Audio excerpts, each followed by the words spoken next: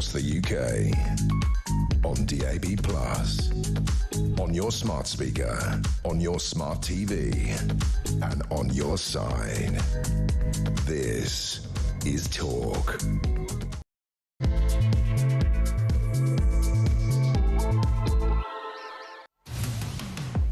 Hello there, and a good evening to you. It is Petrie here with you for the next 3 hours. And coming up at midnight, it's Talkback, of course. And as Ukraine enters its 5th year, 5 years, I mean, nobody saw this coming, least of all Putin. He thought that he was going to take Ukraine in a matter of weeks. In fact, he thought that they'd be throwing roses in front of tanks because he believed his own propaganda of freeing the people of Ukraine, and he could not have been more wrong. The ferocious warriorship of the Ukrainian men and women is extraordinary, and this war has changed warfare, the actual warfare, forever, with the use of drones. So it's an extraordinary feat that Ukraine has carried out, and the losses have been huge as well. Estimated to be 1.8 million people. The upper end of the estimated number of soldiers killed, wounded or missing on both sides, 1.8 million. It seems that Russia's losses are greater. They're not being able to push forward. All this propaganda about Russia winning and Russia's going to win, it really is much more complicated than that. The peace deal, Donald Trump is now pushing to have that done by the summer, so that he can concentrate on the midterms. For all the experts that I've spoken to and from everything I've read, peace, people keep saying, we're 90% there, but that last 10%, that last 5% is an immovable feast. That is that Russia wants all of the Donbass and areas that it hasn't even managed to take, and Ukraine and Zelensky is saying no. But this has come at a cost, like I said. And to other European countries as well, as they fiercely try to defend Ukraine. Well, I say fiercely, we've given them just about enough to hold the line, but not enough to push anybody out of there. So since February 2022, the UK has committed up to £21.8 billion for Ukraine, 13 billion in military support, and up to 5.3 billion in non-military support. UK has been one of the leading donors of Ukraine alongside the US and Germany. So it has been an extraordinary effort by many of Ukraine's allies and supporters. But how much longer can we continue to do this? And how much longer should we continue to do this?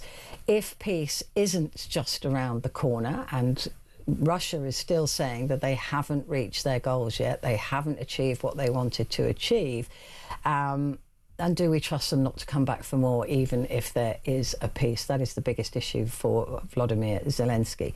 So that's the question I'm going to be asking you, really, as we enter year 5.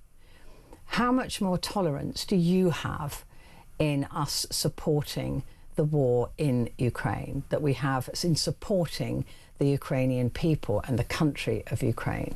How much more tolerance do you have for the money that's being spent, being handed over, whether it's some of it's in loans and some of it isn't, some of it is in gifts, when we have problems of our own here in this country? So that's really what I want to talk to you about. It's been a while since we've discussed Ukraine, so I'd love to hear from you on this, because entering into year 5 is absolutely mind-blowing.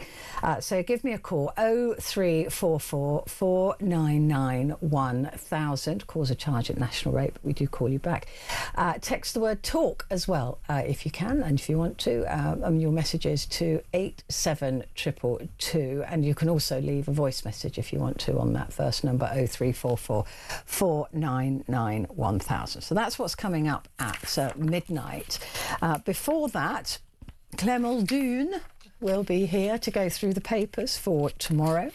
And then we're heading to chat to Maria Romanikov, who is a Ukrainian journalist and activist living here in the UK. So to get the angle of those people that have had to leave Ukraine, have had to move out of Ukraine away from the war, and they've been sort of, you know, all over the world. They've gone to seek sanctuary. So we'll be talking from that point of view. We're then heading to Ukraine to speak to a film producer in Odessa to see how the mood is actually in the country of Ukraine as well. So concentrating very much on this war, because it tends to get forgotten, it tends to get pushed away by other things, but actually it is incredibly important, not just to this country but to the whole of Europe as well. So that's what's coming up in the next couple of hours. But first, as I was saying, 4 years ago today, Russian President Vladimir Putin ordered 200,000 soldiers into Ukraine to sweep to the capital, Kyiv, to overthrow its pro-Western government and return Ukraine to Russia's sphere of influence. He thought this would take days or weeks. And in fact, he did, in the first couple of days, get very close to Kyiv, very close, just on the outskirts. But because of the Ukrainians, they were pushed back, and because they were woefully underprepared. They didn't have enough food, they didn't have enough transport. If you remember the early pictures of the war, there were all those vehicles that were abandoned on the side of the road because their cheap Chinese tyres had been in storage for years, and they just couldn't weather the weather. So they did get very close to Kyiv, but they were pushed well back. Ukrainians fought back with EU and US support, and Putin failed. But 1,462 days on, a fifth of Ukrainian territory is now in Russian hands. US President Donald Trump has been pushing for a peace deal, but negotiating teams have failed to make any meaningful progress, while Moscow continues to demand that Ukraine hand over its sovereign territory, an unacceptable outcome for Kyiv. And also, it would have to go to referendum, because Zelensky does not have the power just to hand over land to the Russians. To discuss this with me further is Professor Anthony Glees, who's a Security and Intelligence Studies Professor at Buckingham University. Professor, good to see you. Thank you very much indeed for joining me. Could we ever have imagined that in year 5 and Ukraine is pretty much and pretty well holding the line? No, I don't think we could have imagined. I mean, you know, Russia is an enormous country with 11 time zones, a population that is of 140 million people, armed forces of over 1 million, taking on a much smaller country. Ukraine had about 40 million inhabitants when the war started. It's 36 now because many have fled and had to flee. And it has only one time zone. So you got this small country and facing a massively powerful, large, nuclear-armed country. And when people said, first of all, they said, of course, Russia is not intending to attack Ukraine. And a lot of people in Britain, even a former ambassador, Sir Tony Brenton, he debated with me on BBC Radio 2, and he said I was scaremongering when I said I thought Putin would attack Ukraine.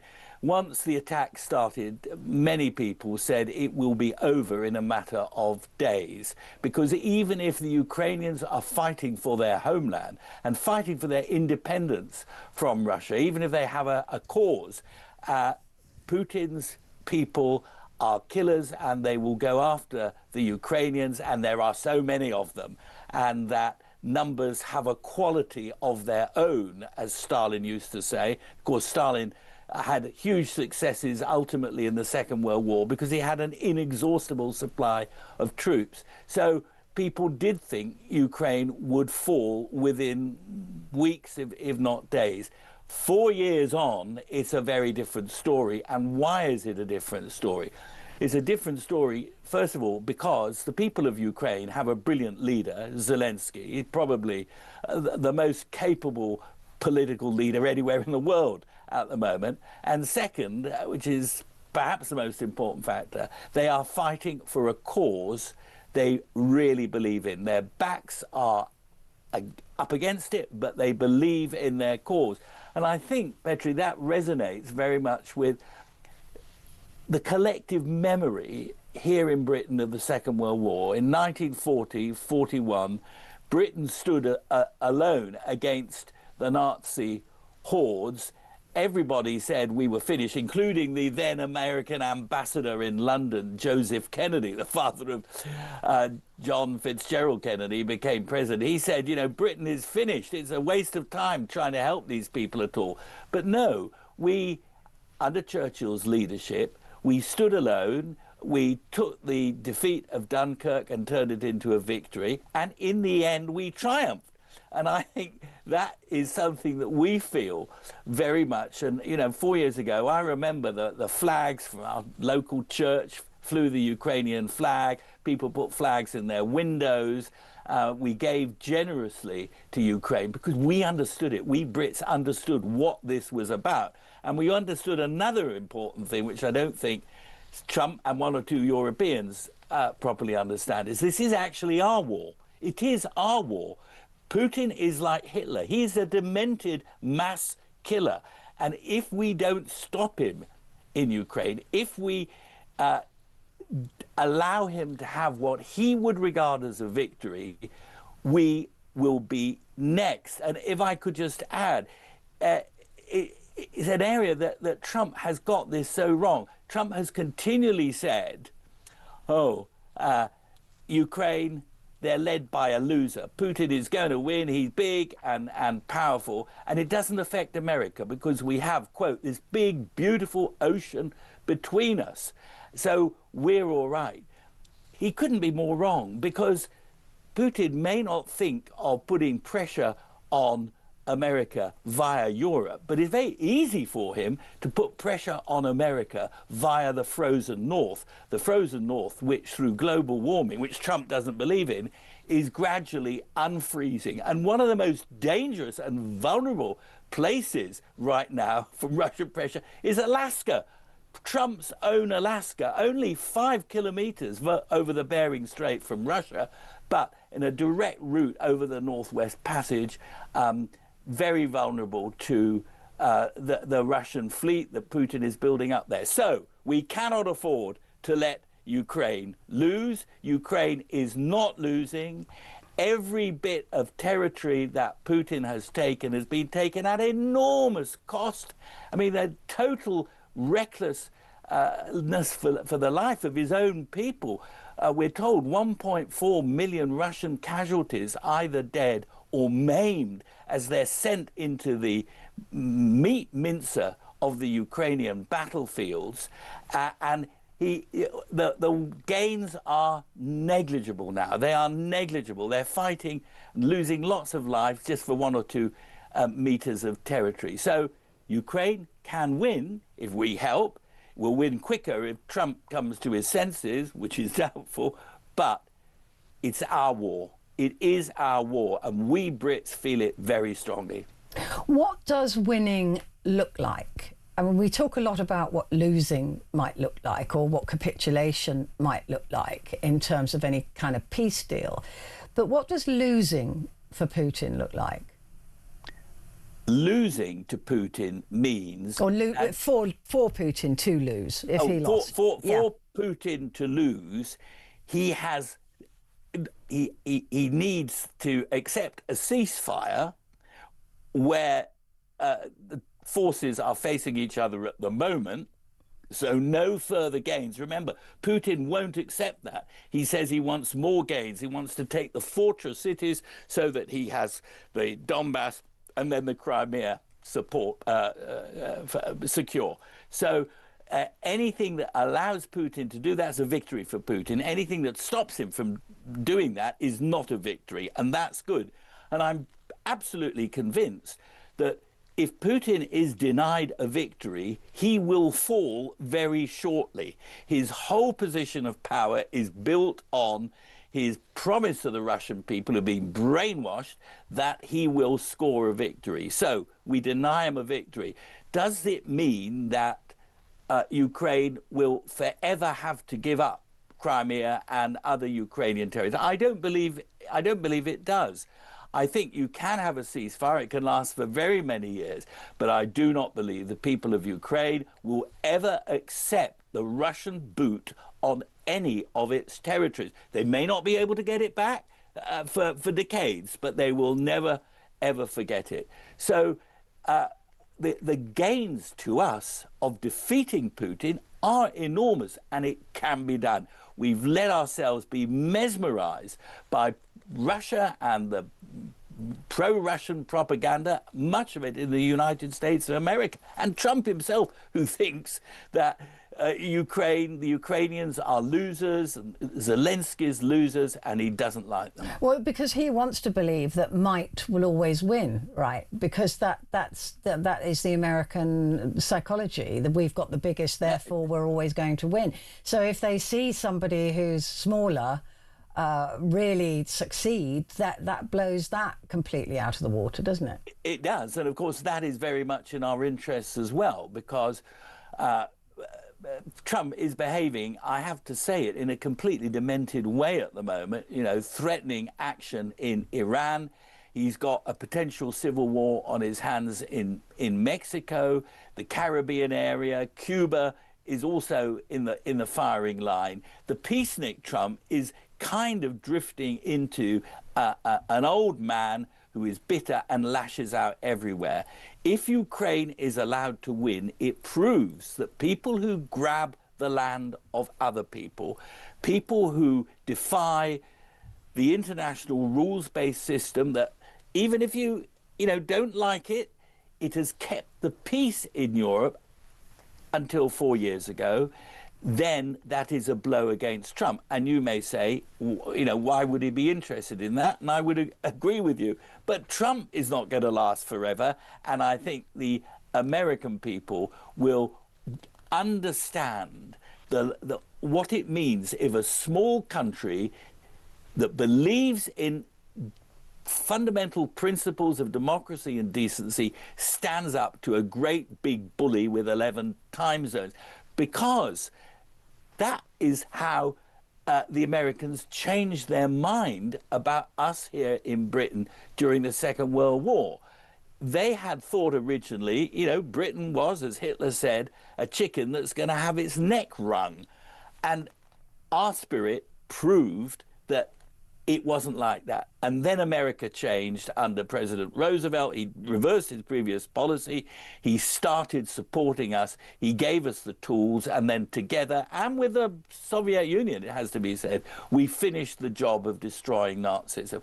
It could happen again. And particularly in, this important year for America, it's about American independence. If Sir Keir Starmer stops, how should I say, oiling up to Trump and starts talking turkey with Trump, pointing out that America needs its allies in Europe. The West does not begin on the east coast of the United States. The West begins here in Europe. We want to be his friends. He's got to let Ukraine have the weapons to stop Putin. That means fighting like with like. And Putin is never going to resort to nuclear weapons. He's not suicidal. He loves all his palaces and his glitter and his gold. But he must be, I mean, even in it, like when he's on his own, perhaps, does he feel embarrassed, do you think, that this, because it is a national embarrassment that they've been unable, with all that might, to push as far forward as they're having to now ask for land to be given to them rather than taking it? Oh, absolutely. We should not be taken in by Putin's spin. We shouldn't be taken in by Lord Mandelson's spin. We shouldn't be taken in by Putin's spin, which, of course, far worse and far more dangerous. Yes, the Russians are terrified of Putin because he's a killer. You shouldn't stand near a window. You shouldn't be on a staircase if you express the mildest doubt that this war might be wrong. Look what he did to Navalny. Look what he tried to do to Skripal here in Salisbury. He is a mass killer. And yet everything depends on his holding the fort. What does Putin think in private? When I see Putin, I see a man whose face is changing. I see a man, with puffy Botox cheeks, but he looks increasingly under pressure to me. His last public appearances, we think they are his last public appearances. You can never be sure with Putin. He looks very stressed. He looks very drawn. He's playing for everything. You know, this really is for him about his future existence as Russian dictator. And if we deny it to him, he will be gone. But it must be extraordinary, though, for him and for the generals close to him who are looking at this war and scratching their heads and go, why have we not been able to break through? I mean, literally, it was only in the first year that they made any advances. Since then, for the last 3 years, going into 4 now, they've barely moved a metre. You know, I mean, they've really, and they keep saying, we've taken this town and we've taken this, and they haven't. They're now saying that the UK is giving Ukraine nuclear weapons, which is idiotic. Of course we're not. But you know, looking at it, it must just look impossible to them. Well, I think you're absolutely right, Petrie. And it's interesting that the latest general that got killed inside his own apartment building. So they got through. Now, who might that be who was in a position to kill the guy inside his own apartment building? If you said to me, it sounds to me like Putin's agent shot him, the head of the military intelligence unit, I would say I would agree with you. I think he was probably killed by Putin, because that's what happens. Yeah. Putin is busy purging people in a dramatic way in order to frighten off anybody who thinks of doing what Yevgeny Prigozhin did a couple of years ago, namely tried to get rid of him. So fear, and history is our guide. History is our guide. We look at how Adolf Hitler dealt with people, with generals who tried to get rid of him once they thought he was losing. We look at Stalin and Stalin's purges. Stalin murdered millions of people because he was so afraid that somewhere amongst these millions there might be opposition. Putin is purging in a more focused, if you like, a more intelligent way. He's only after those who can lead, and he's leaving the mass of population alone.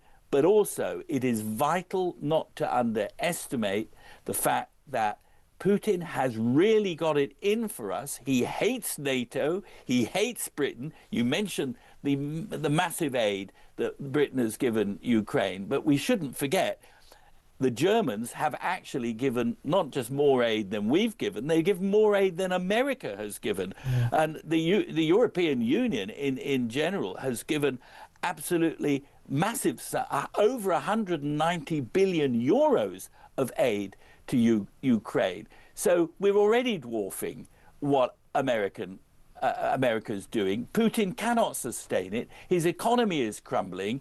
He's not 10 foot tall. He can't use nuclear weapons. He would be obliterated in minutes if he started monkeying around with nuclear weapons. So everything is bluff, everything is threat, everything is murder, everything is killing. And the brave Ukrainians, they are resisting him. Even if they have to spend every night in the icy cold, if they have to sleep under railway bridges, because they are fighting for their sovereignty. They're fighting for their liberty. And they're not going to let Putin take it away. And they're not going to let Donald Trump take it away either. I think we should stand foursquare with them, as we are doing, whichever party runs this country. Broad consensus is the right thing. And we shouldn't forget that they will come. If Putin has a victory, he will come for us, and he will come for us not through Europe. He will come through the unfreezing, frozen north. We and the Norwegians are not at the back of the firing line, as we thought. We're actually place number 1 and place number 2. Fascinating to talk to you, Professor. It always is. Thank you very much indeed. Professor Anthony Glees there, Security and Intelligence Studies Professor at Buckingham University. I wish he'd been my professor. I'd have learned loads. Anyway, quick break. Back in a sec.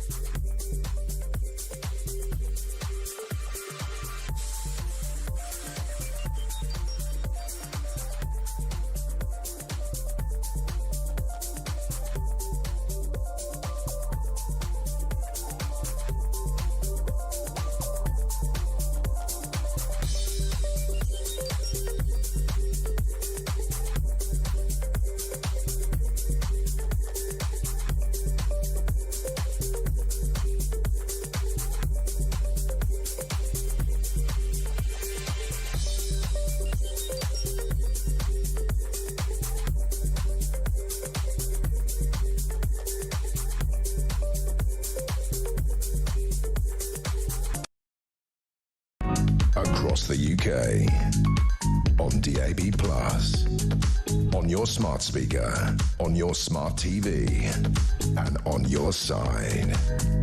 This is Talk. Hello there and a good evening to you. Just to let you know that we're going to be heading to Ukraine in a few moments' time. We're going to be going to Odessa just to find out really what it's like to be living in Ukraine at the moment and what the people there think about what we're doing in terms of support, what they would like more of, just really to get a view of life in Ukraine as well. So stay with me on that one. That's coming up. And of course, at midnight, you get a chance to have your say on this topic, because that's what I want to talk to you about, is just how much longer and how much more can we or should we support Ukraine. We're heading into year 5 now, and no matter what anybody tells you, peace is not close. They've agreed all the nonsense stuff that is unimportant, but the really important stuff, like Vladimir Putin wants to declare that the land that he's taken, plus the land he hopes to be given, is Russian sovereign territory. Well, Ukraine will never agree to that, because they will give it up. They will cede that land for now, but they would want it left open that they can reclaim it at some point in the future. Also, the idea of giving land to Russia is something that Ukraine is not prepared to do, because that would be a complete slap in the face for all the lives that have been lost and all the lives that have been damaged by this war. Plus, Zelensky would have to go to a referendum to get permission to give away land in the first place. He's not able to do that as president of Ukraine. It's written into the constitution that he would have to go to a referendum. The entire country would have to agree to doing that. So it looks like it's not going to end soon. I doubt it'll be this year, as much as Donald Trump wants to declare peace by the summer. And also, it doesn't look like Putin wants peace, really. He wants to take and not to give even an inch. So it looks unlikely. So how much longer are you prepared to stand shoulder to shoulder with Ukraine? Do you think that we've done enough? Or do you think that we should, in fact, be doing more? 0344 499 1000.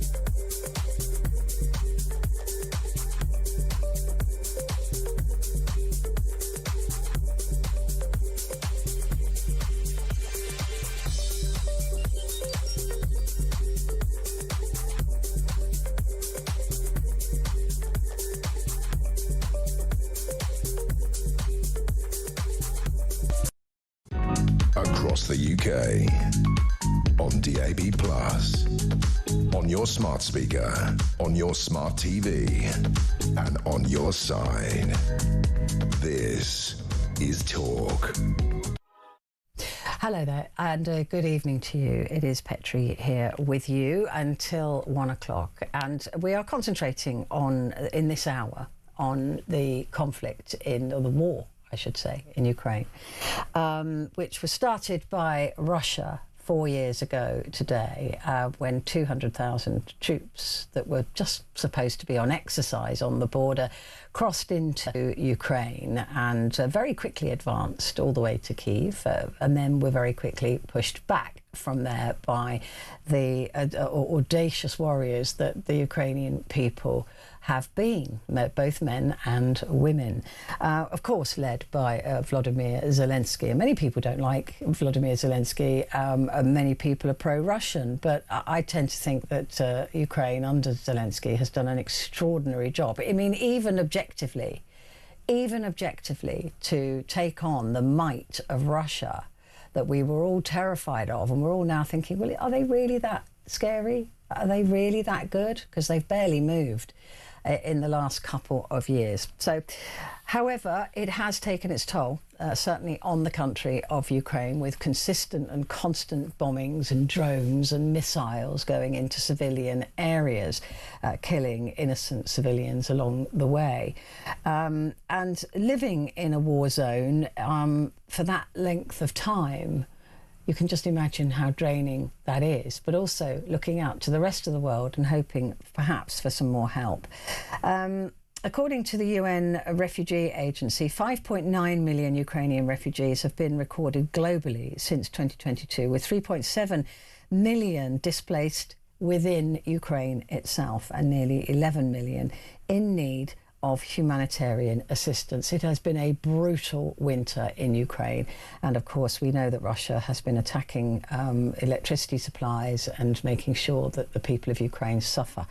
So joining me now is Alexei, who is a film producer and Odessa resident in Ukraine, just so we can get a view of what it's like for this length of time to be living in these conditions. Alexei, thank you so much for joining me. Would you ever have imagined that you'd be entering into year 5? Good evening. First of all, I would like to say thank you very much for having chance to be present on your show, because it is very important for us to feel this support, and it's extremely difficult and hard for us. And it is actually, to be honest, it is impossible to imagine. It is 4 years already. Yeah. I mean, going into year 5, and tell me a bit about the impact that it's had on the people of Ukraine, your psychology, your world. To be honest, if someone would tell me in 2022 that this war would last for more than 4 years, I would never believe.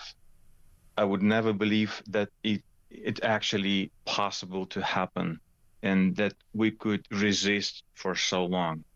And the transformation that we're going through is, to be honest, it's very impossible to describe in a short sentence, because as more you dive into war, more you change.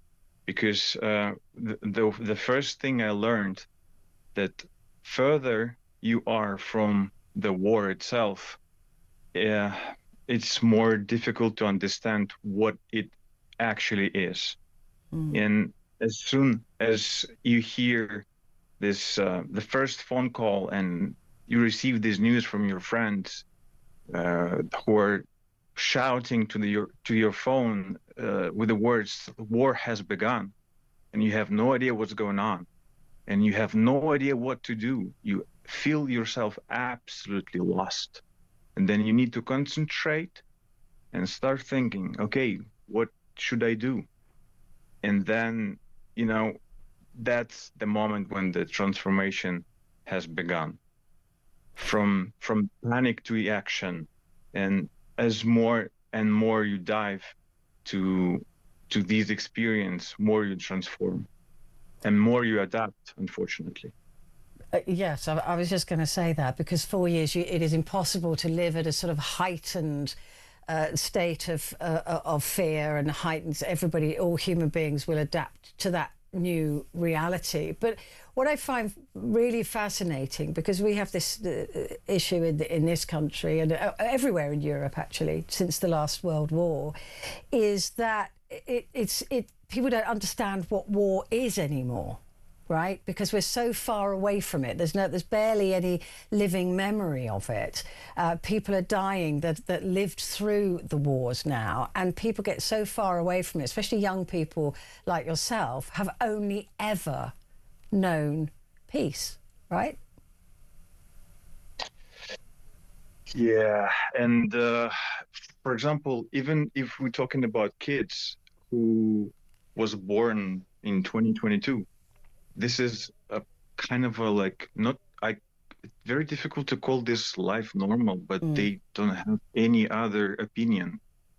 And the only perspective through red air sirens, through threat and bombing. And what, like, for example, I heard this story from a friend of mine that the kid, when they were abroad and he saw a plane flying, he was like super surprised. A plane in the sky. Of course. Of course. I mean, things that we don't even think of.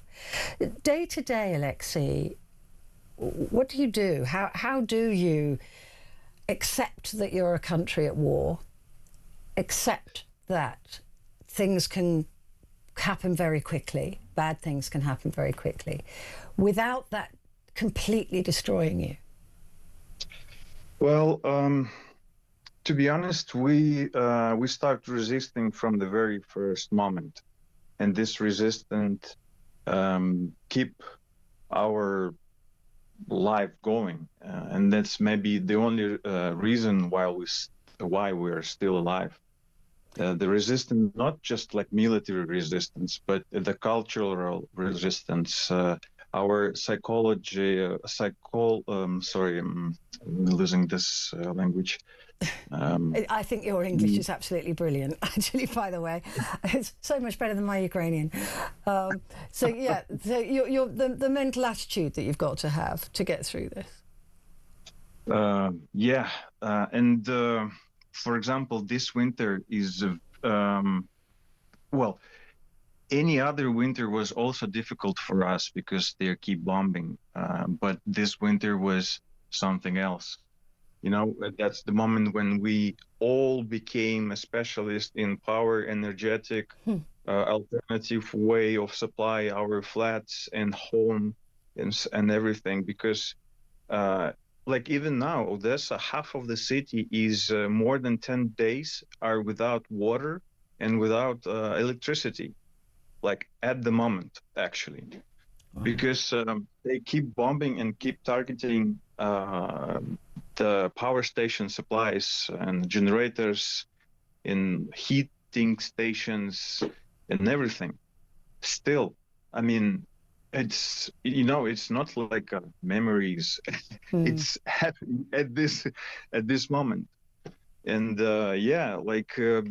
we have a lot of self-organized resistant points where people can charge phones or share food or whatever. Even like some of the points would be organized by government, but some will be still organized by people. And that's actually the thing that still, you know, helped me to believe that we still have a chance. You started off by saying that your voices need to be heard. How alone do you feel? Do you feel there is support from around the world, or do you feel there should be more? Well, it's a very difficult question, because we really receive a lot of support. Without that support, we wouldn't survive. But sometimes when you hear this, political talks and these negotiations, and I mean, the way the politicians describe this situation, you're like, oh, what is going on? Guys, what is going on? Sometimes it's very difficult to understand what is really going on, because sometimes I have this feeling like it doesn't make any sense. War has never made any sense to me, to be perfectly honest with you. I thought we'd have risen above it by now. With the so-called peace talks that are going on, Zelensky has said no to giving away land. Would he have the support of the Ukrainian people for that decision? I know that it has to go to referendum, but does he have your support not to give up? Well, the price that we already have paid for this is impossible to describe, because this is the best man of our country, because the best man has sacrificed their lives. The best man volunteered to join the army and to resist, to stop the enemy. And the price we already paid and keep paying is, I can't find those words to describe it actually. But it's very difficult question, but I'm afraid that our opponents, they're not looking for compromise. They're looking for excuse just to keep fighting, or it's not even a fight. They're trying to destroy and kill as many as possible. And it's heartbreaking. It's just heartbreaking. Do you think that if is Zelensky still the man for Ukraine, given the last 4 years? Do you still believe in him as a nation? Well, I would say that Zelensky was the guy who actually started this resistance on the worldwide stage, I would say. He didn't escape. He didn't. What did he say? I don't ask for a taxi. I don't need the ride. I need the that's guns. Right. Yeah, that's right. I mean, that was amazing when they were suggesting that he got out of Kyiv, right? And he just said, I don't need transport. I need support. Yeah, this is what we need. Yeah. Alexei, I'm so pleased to talk to you, and I would love to talk to you again at some point. And my heart is with Ukraine. I don't even mind being, biased at this stage. And many British people, we support you as well. And just please don't feel alone, because you're not. But I wish we could do more for you. So I send you love and support, and I wish you well. I hope you're safe. Thank you very much. Thank you very much. Bye, Alexei. So Alexei there, film producer and Odessa resident in Ukraine. Quick break, back in a sec.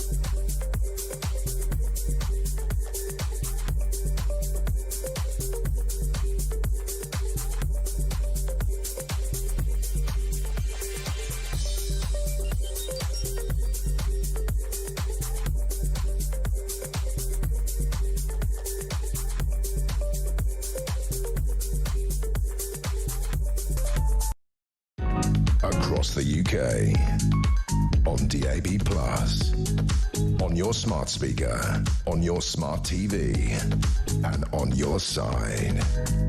This is Talk. Hello there, and a good evening. Wasn't Zelensky absolutely... I'm just mind blown by him. I thought he was absolutely wonderful. So that's one side of the story, is the Ukrainians that have stayed in Ukraine, stayed there to be part of the resistance, stayed there to be part of the military. But many have had to leave Ukraine, and some of those ended up coming here to the UK. Over 300,000 people have used the Ukraine Permission Scheme. Today, the government announced on the 4th anniversary that the scheme itself will be extended by another 24 months. So those Ukrainians will be allowed to stay here. So this visa extension, if you like, for Ukrainians who've come here for safety will be allowed to stay, because they were first of all limited to 3.5 years. Clearly the war is still going on, so they're now being extended. Well, joining me now to talk about the Ukrainians that have had to leave Ukraine is Maria Romanenko, and she's a Ukrainian journalist and activist living here in the UK. Maria, it is really good to talk to you. Thank you very much indeed for that.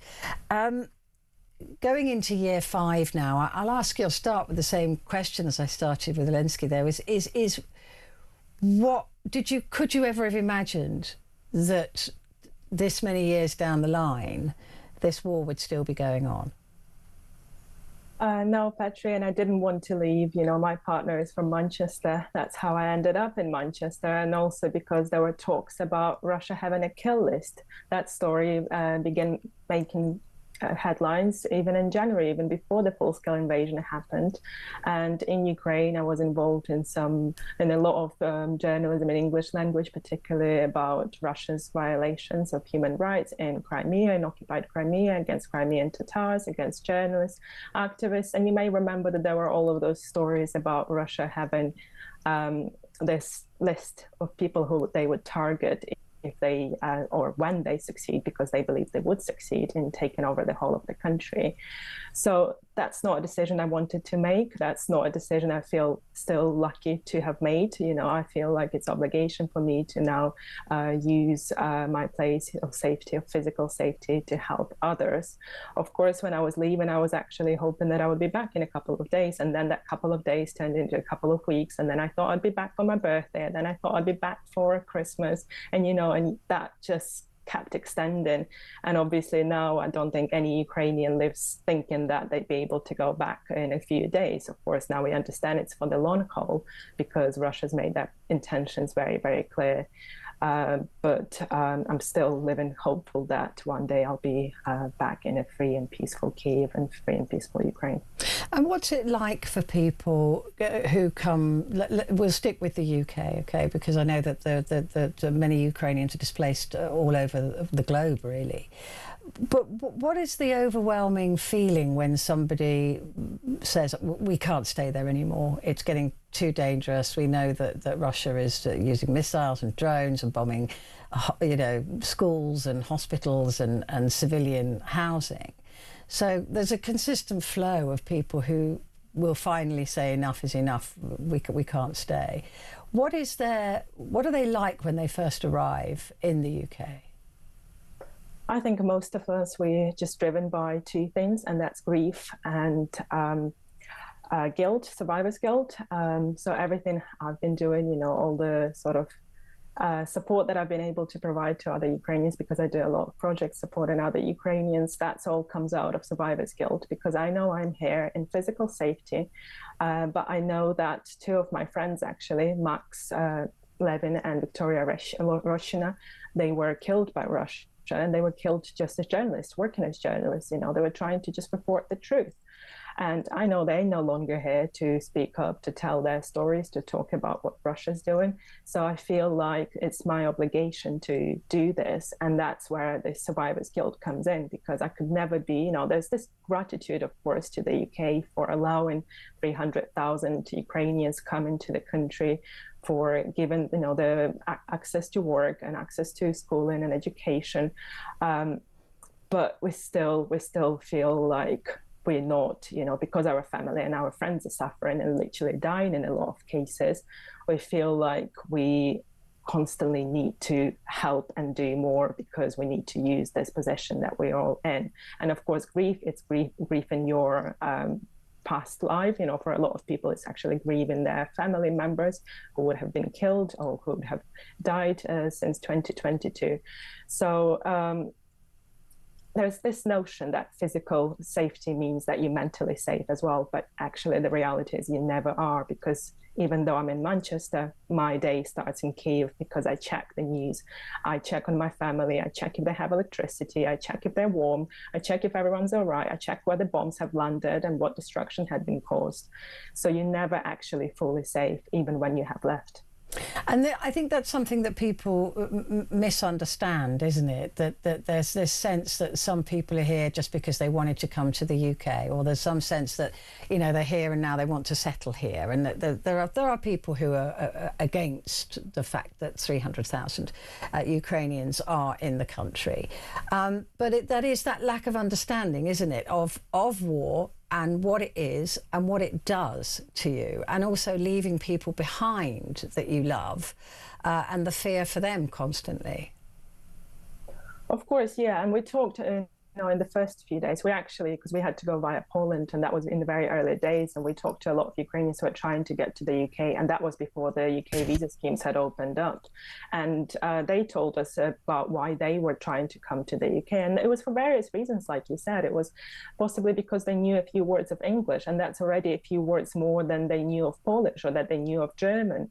That's why they want to go. Or possibly because they had a family member studying or working in the UK, or because they had been before, or because of Boris Johnson's support at that time. At that time, obviously, you had Boris Johnson as prime minister, and he was very, very vocal. And actually, to this day, a lot of Ukrainians still very, very grateful for that. And that's one of the reasons. It sounds a bit bizarre, but that's one of the reasons some people were choosing to come to the UK, because they were like, your government really supports Ukraine. So it's various reasons, but it's never because they're looking for some good life. It's not that.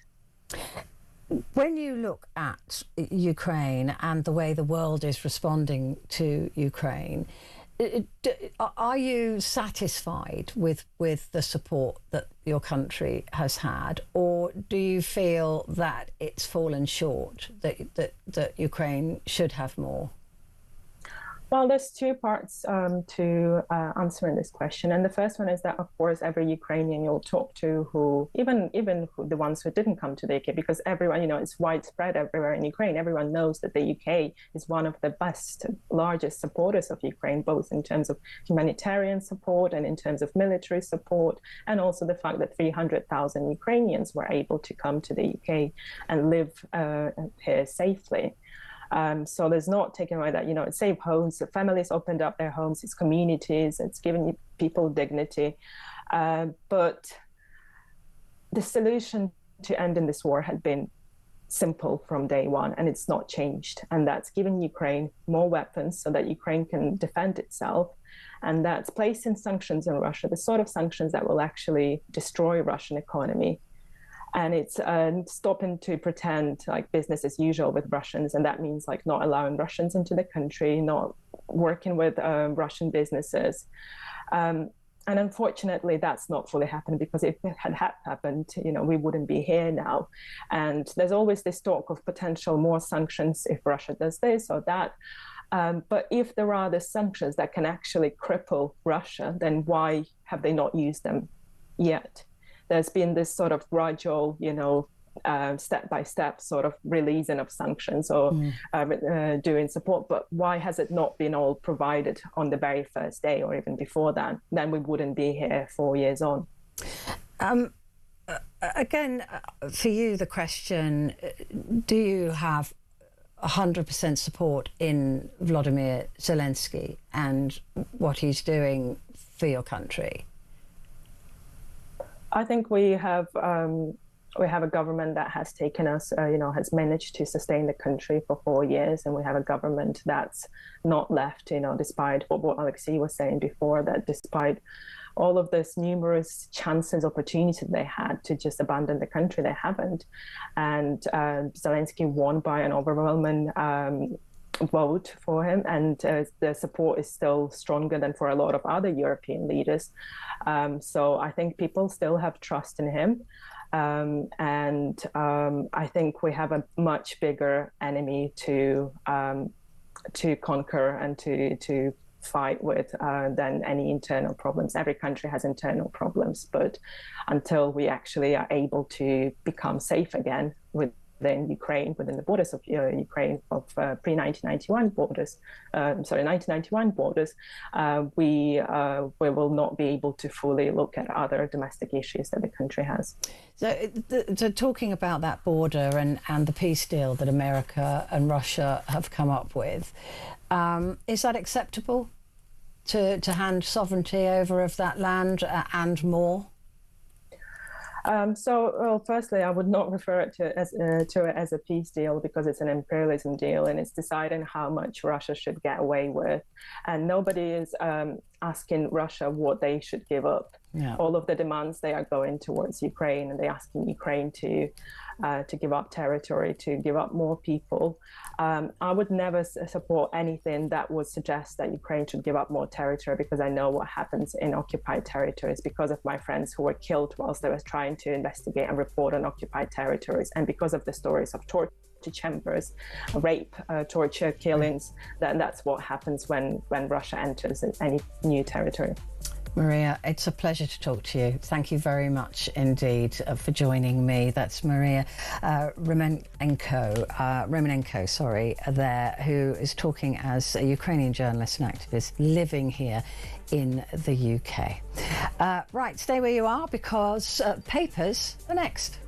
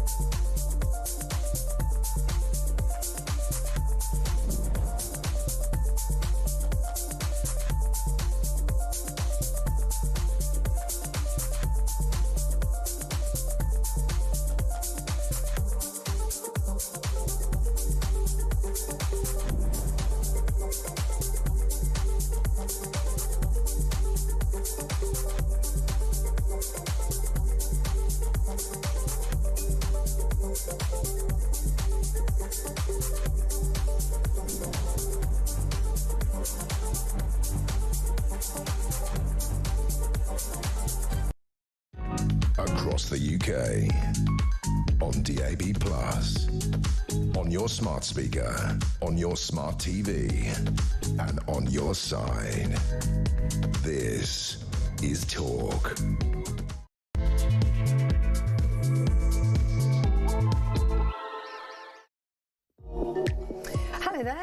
evening to you. This is Talk, and it is Petrie here with you until 1 o'clock. And coming up at midnight, it is your chance to talk back. It is a full hour of just you and me having a conversation. So what I want to talk to you about as Ukraine enters its 5th year of war with Russia, I want to know if you...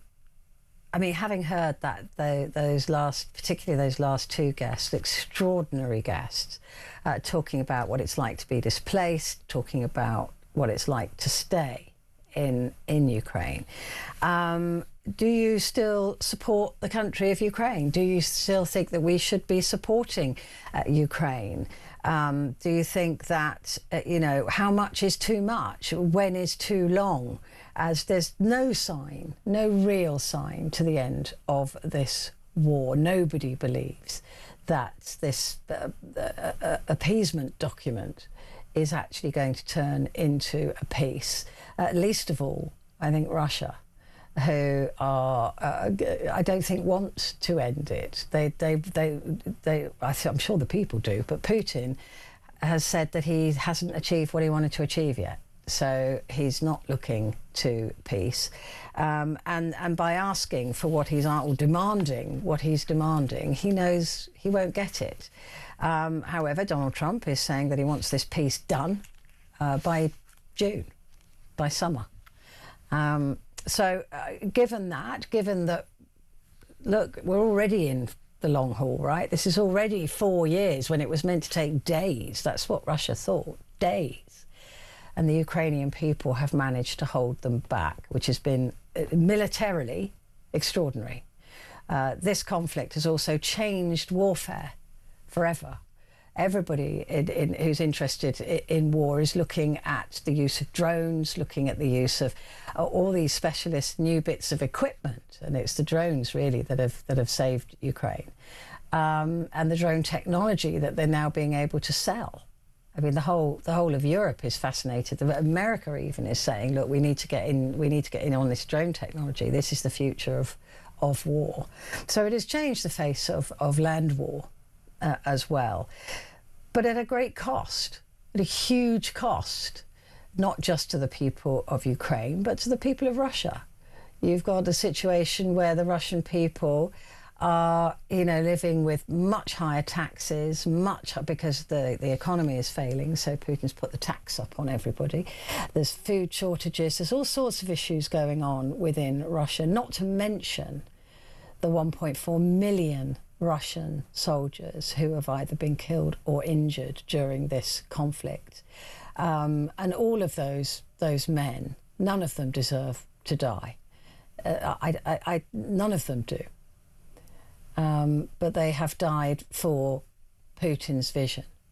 And the Ukrainians, none of them deserve to die either, or to be bombed out of their homes. War is such a pointless, ridiculous exercise. How unfortunately, it raises a lot of money. Follow the money, always follow the money when it comes to war. Anyway, I would love to hear from you about our contribution to this situation, and whether you feel that we've just got to stick with it, or whether you think that actually we need to put a time limit on it ourselves. So give me a call. I'd love to hear from you. 0344 499 1000. Of course, a charge to the national rate, but we do call you back. And you can text the word talk and then your message to 87222. And if you're not going to be up by midnight, then leave a voice message if you want to leave a message to the same number, 0344 499 1000. So all opinions and views, of course, welcome. So do join in and be the conversation. Right now, though, it is time for me to introduce my next guest, who you know well as Claire Muldoon. How are you, my dear? I'm very well. How are you? You're looking splendid. Look at you. Thank you very, very much. You've got all your papers out there. Yeah, you're looking wonderful. I know. Very professional, huh? Just so impressed. Claire Muldoon, talking about Ukraine and Russia, I don't think, nobody saw this going into year 5, least of all Vladimir Putin. Yeah. Yeah. I mean, from the outset, I've not been a strong supporter of anything that's happening in Ukraine at the moment on either side, I have to say. I thought it was a dreadful attack by Putin. It was a land grab a la Crimea for the Ukraine. But equally, I felt that Zelensky's handling of it and subsequent management of his country and his people has been a lot, has left a lot to be desired, to be honest with you. I think we need to take a step back. I think we don't have the money to keep giving to a war in another country. We don't have even the capacity to, deploy our own troops to said country to fight against Putin. And I also think it was a proxy war by Biden. And I think that the Americans really have to deal with this. And the front page of The Guardian, actually, Zelensky is saying he's extending an invitation to Trump to visit Ukraine, but also rather starkly, he actually says that he doesn't want, what was it? He's quoted by saying that he's broken the Ukrainian people, and he doesn't want, he said that Ukraine would not betray its people in any negotiations with Russia. Well, how is anything going to come to an end if there is no negotiation? I think what he's saying is he doesn't want to concede or cede land, which is all very well, but that's not going to stop Putin, is it? No, but the thing is that Putin is demanding sovereignty of that land as opposed to just the secession of the land. So it would be possible for Vladimir Zelensky to say, OK, as part of the peace deal, we will say that, but it is always Ukrainian territory, and we must have the right to demand it back in the future. I mean, it could be you could be talking 60, 70 years into the future. Yeah. But what Putin is demanding is that it become instantly is recognised as Russian territory, which it was, But the same could be said. We will be talking about the Chagos Islands. We talk about Gibraltar. We talk about Hong Kong. We talk about lots of things that were sovereign to a nation. Yeah, but it wasn't. They can be leased back. It wasn't Russian territory. It was Soviet Union territory, which is different. That's like declaring Spain is part of France because it's the European Union. So it was Soviet land. It wasn't Russian land. So there is a rewriting here of historical context going on, and Putin knows that Zelensky can't just cede that land anyway without a referendum to his people, because that's not how Ukraine is set up. And he's agreed to do that. He's agreed to have an election and have a referendum, but he can't just give the land away. It wasn't Russian. So that needs to be dealt with diplomatically, and I don't think Zelensky is diplomatic enough, and we know that Putin just definitely isn't. Yeah. So there needs to be input. There needs to be, and I don't think it's Boris Johnson either. But I think the key is America. I really, really do. Yeah. Well, America, of course, had signed an agreement to support Ukraine against Russia when they gave up their nuclear weapons, and they've gone back on that. And that. I just wonder if, I know that NATO cannot take a country on when it's in wartime or it's at war with a country. I just think maybe perhaps if Ukraine were to join NATO, that might be an issue after the event. Well, I mean, NATO, this is what Putin is saying was his reason for... I know. But it clearly wasn't. Because he was pushed. Do you think? Well, yeah, I don't think it was anything to do with it. No, I mean, Ukraine weren't close to joining NATO. They wouldn't have been able to join NATO because the other NATO allies would have had to consider the Russia question. I think that was just an excuse, personally, because he wanted that land. He wanted to take the land and expand Russian borders. I wonder if the timing of it was, I mean, if Putin had wanted to do that, I mean, he's been president for goodness knows how many years. Why did he try? Why did he do it 4 years ago, going into 5 years ago now? Well, because he was allowed to take Crimea, and the West went, oh, okay, you can have that, but no more. I mean, this is very familiar territory. This is what happened with the Nazi Germany, the capitulation on the Sudetenland, and saying, well, okay, that little slither there, you can have that little slither there, but no more. And of course, that didn't work either. So history will always give us the guiding light to what happens. And I think that that is the major concern now, even if a line is drawn and there is some agreement on allowing Russia to rent this, have this land for not forever, but for some time. There's proof in history that just means that's another Crimea, that's another capitulation, and what happens next time? They push in and take Kyiv. So that's the biggest worry, is that Putin has already proved that taking Crimea wasn't going to be enough, even though he said, look, we just want that. We want that because we need it. And you know, but then he decided he wanted more. Well, that's human nature, isn't it? Yeah. You keep going and going and going until you're stopped. Yeah, until you're stopped, and that is the truth, and that's what we're looking at here, I think.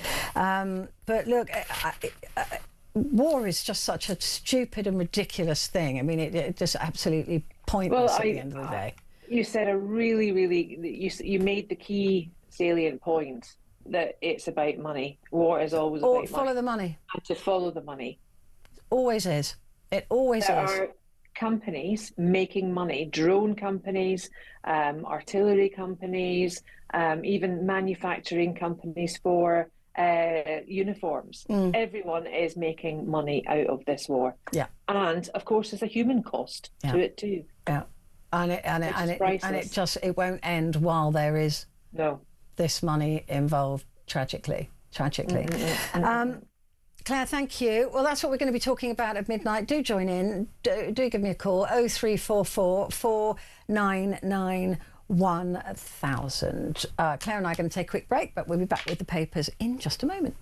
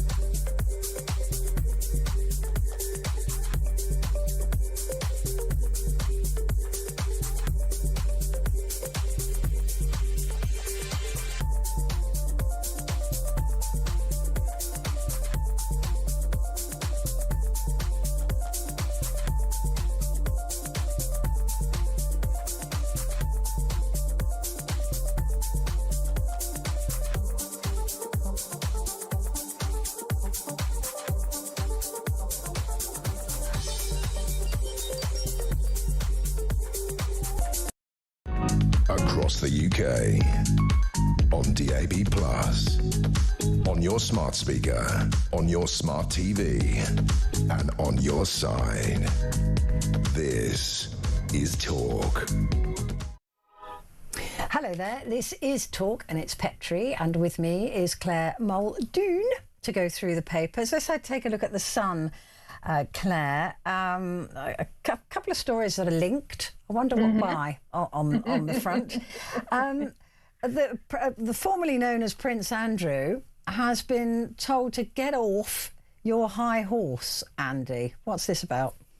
I mean, the Sun's headlines over the past couple of days have been really good. Always focusing on sweaty air and all the conjugations of the verb to sweat.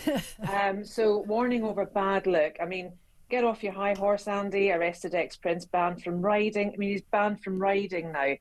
I mean, I don't know how on earth they're going to enforce these bans, and I don't understand why the man has got such arrogance even now to still even, you know, you would think he'd be cooling himself away behind closed doors, not wanting to be seen by man nor beast. But here we've got the arrogance of the man, that is Andrew Mountbatten Windsor, who feels it, you know, okay to go out and get on, you know, his high horse, literally and metaphorically, and, you know, ride around his home. And then at the top there, the top right hand next to the badge, is Mandy, police feared I'd flee. Of course, this is the reason Peter Mandelson is now given via his lawyers, Mishcon Dorea, no less. No less. The most expensive lawyers in London. Yeah. And, you know, what did they expect me to do? Not go back to my house in Regent's Park, not go back to my house in Wiltshire, leave my husband, leave my dog, and go to somewhere like, I don't even know if it was Brazil or in the Bahamas or something. But the key for me here, and you touched on it the last time we did papers together, was the fact that you had said your friends that were journalists in America, the Epstein thing hasn't even come close to making any arrests in America. And yet here in this country, we've had two high profile. Two high profile proving arrests. That you can hold high profile people accountable. To account. And Peter Mandelson, I think Starmer should be locked in that too, because it's his severe lack of judgment that's been recorded over the past goodness knows how many appointments and how many conditions that Mandelson has had within the Labour Party. Yeah. Most of the big items, like Tony Blair is a big item, even Gordon Brown, although he's starting now to clear out the swamp, Mandelson has always been in there. Morgan McSweeney, Keir Starmer, you know, he's always been there to make the appointments, to give his advice, etc., etc. Now, there were a lot of people criticising the Met Police for the length of time it took to make these arrests. And I remember saying at the time, and don't get me wrong, Petrie, I don't make defence of the Met lightly, but in this case, I kept thinking, why aren't they doing it? Why aren't they doing it? And then it dawned on me, you know, they would have, at first port of call, they would have given Andrew and Peter Mandelson the opportunity to come in to be questioned voluntarily, and I think they kept thinking, I'm untouchable. They won't do it. They will not push this bear. I am safe. And then the police thought, no, I've gone through the due diligence. We've got the case together. We think there is a case to answer, and therefore they did it. So I think the timing of it, I think we were to trust in the Met, and I think that has played out. But, you know, even the arrogance of Peter Mandelson, he issued that press release about 4 a.m. this morning. I mean, it's great. I mean, it's not uncommon for the police to insist that you hand over your passport, right? It's not uncommon if you have the means to flee. I mean, it's about having the means and the motivation and the place to go to flee, which he has. Yes. I mean, so you would argue that Andrew does as well. They've probably got Andrew's passport. Does he need a passport? I think the only person that doesn't need a passport is the reigning king or queen. Right. So they've probably got Andrew's passport as well. I mean, we don't know because they haven't given us any details. But it was only a matter of time before Mandy was questioned and arrested, because, you know, Andrew and he have been accused of very similar thing. Well, the same thing. It's the same. Misconduct in public office. Yeah. Both of whom, of course, deny any wrongdoing. But interesting that Andrew now is being told that he can't ride around on his horse because it would be a bad look under police investigation to be grinning atop a fine stallion. Can I say that? I suppose I can. Yeah, you can. And a minister, of course, today calling Andrew rude, arrogant and entitled man. Yeah, and one of the close protection officers as well. I mean, it's all coming out now. Yeah. We've discussed this ad nauseum. Why? If you are if you know this to be the case, and we've known people, we know mutuals who have met both men and have said exactly the same thing. Yeah. But why not say it? Why not come out and say it beforehand? I don't know. I mean, I suppose the people in power tend to protect each other, even if they don't like each other. Yeah, I suppose. You know, it's the whole power play, isn't it? Like, he might be able to scratch my back at some time. I better scratch his now. You know, it's all of that. And remember, Jimmy Savile got away with it for years because people knew, but they didn't say anything. As did Rolf Harris. Yeah. And so, you know, and when names start being named in the United States, which I think they will at some point, they have to. The names are already out, Petrie. That's what I don't get. It is just... The likes of Bill Gates, the likes of a lot of people from Barclays and JP Morgan, you know, they're all there. They are all there, but again, you know, just being on the list doesn't make you guilty of anything. I know. What they've got to do is go through that list and start making arrests where there's substantive evidence. You and I both said if our names are on in any way, shape, or form, we would say, look, here, have my stuff. Here, this is you know. Absolutely, I would say, do you want me as a witness? Yeah. I'll come forward. What can I do to help? What can I do? What can I do to help? Absolutely. My name's on the list. I did know him. I went to a party once. I can tell you what I saw, but I don't know any more than that. That's what's confusing me, is that all of these people are just hiding. And it's interesting because it doesn't matter how many people call them out. There's been no lawsuits. There's been nothing to say, right, you stop saying that about me. They're keeping quiet, which is also... in a lot of cases, very strange. Very strange, especially in America. In America, which is so litigious. Yeah, I can't wait for that dam to burst, and you know, we start to see some actual. Well, it has to. It really has to. It really has to. And I think for the sake of the victims. Yeah, and I do think that it is the significance of Andrew's arrest and Mandelson's. I mean, he was known as the American ambassador, I guess, if he was known at all. With the British ambassador to America, sorry. But I think those arrests have been significant, even though they were arrested for misconduct in public office and nothing to do with the sex traffic and stuff. But I think that is resonating in America, that, hang on, if they can do it, then why can't we? So these two may be the start of the dam bursting, I hope. Well, I really hope so, and I think it has to. And I think I'm deeply concerned with Jeff Bezos's treatment of the journalists at the Washington Post. I'm incredibly anxious about that thing. I think it was really awful, and I think unless they have proper journalists on the ground, then this will never happen in America. Well, this is the problem, is that you've got all of these billionaire technocrats buying up the media or threatening the media. And because the media, you know, the whole landscape there, even if it's Paramount buying Netflix, Paramount owns a news channel or Netflix, you know what I mean? So if you want to buy Netflix, your news channel has got to be, you know, pro-Trump. It's got to be, you know, hiding the Epstein files. And that's what's happening with media in America. It is a real salient lesson, actually. It will be taught in classrooms, how quickly media capitulates and folds to power. Well, it certainly won't be taught in classrooms if it's all led by AI, because it'll all be generated by a false algorithm that will just spout a load of nonsense. That's very true. Very, very true. I mean, can you imagine us as AI? I mean, that would be an absolute riot. I think my AI will just be a series of bleeps because of the amount I swear when I'm not in the studio.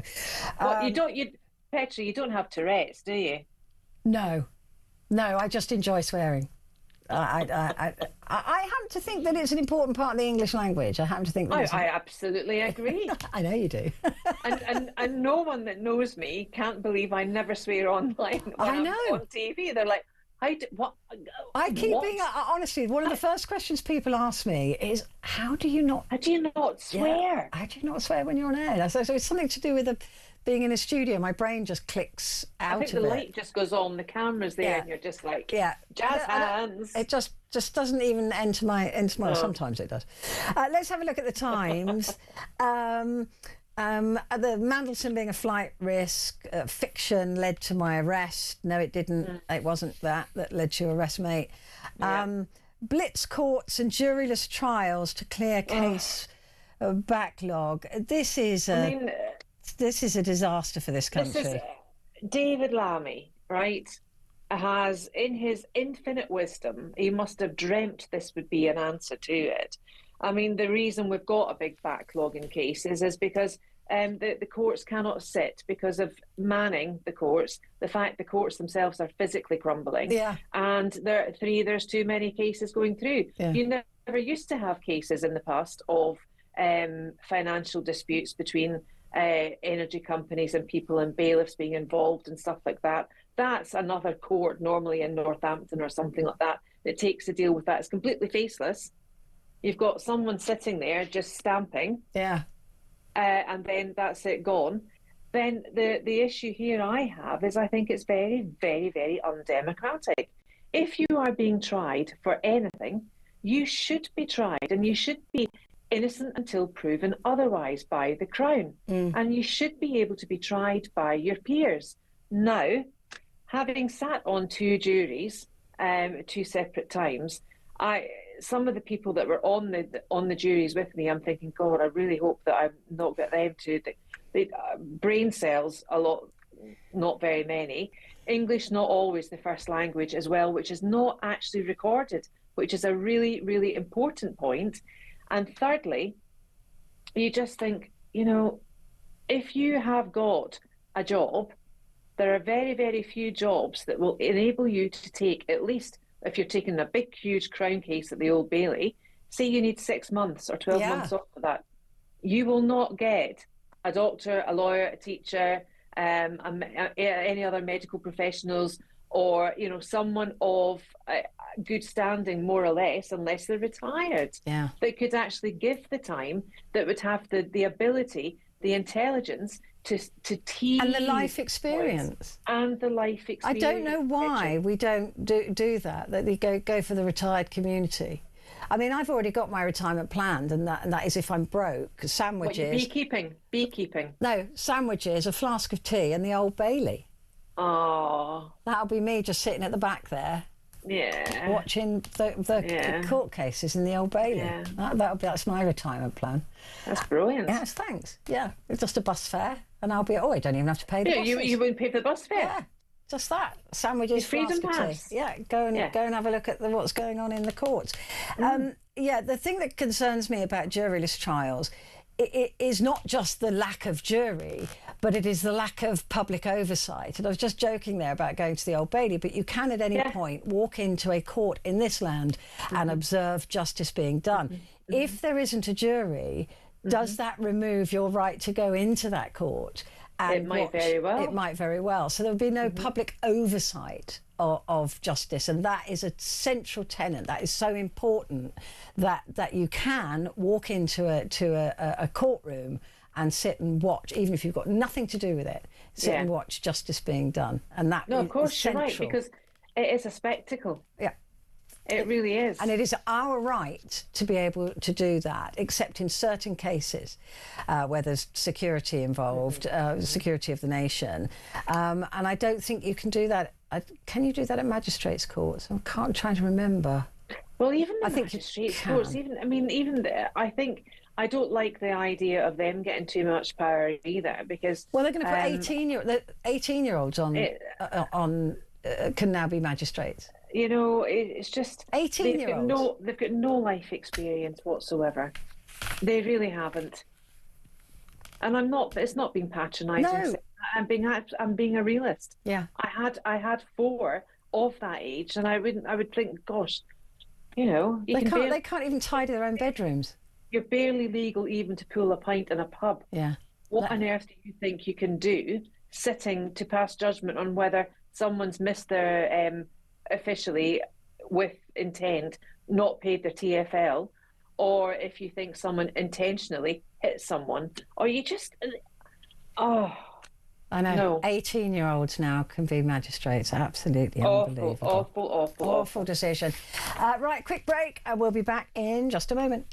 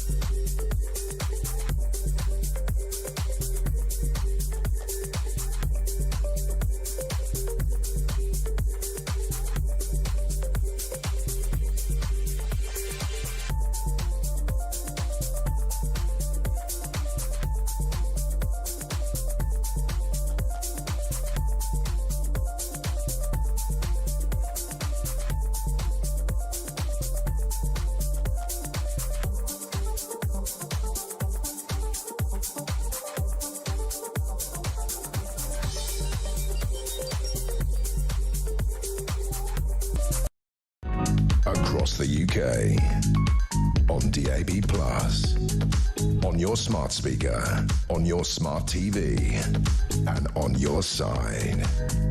This is Talk.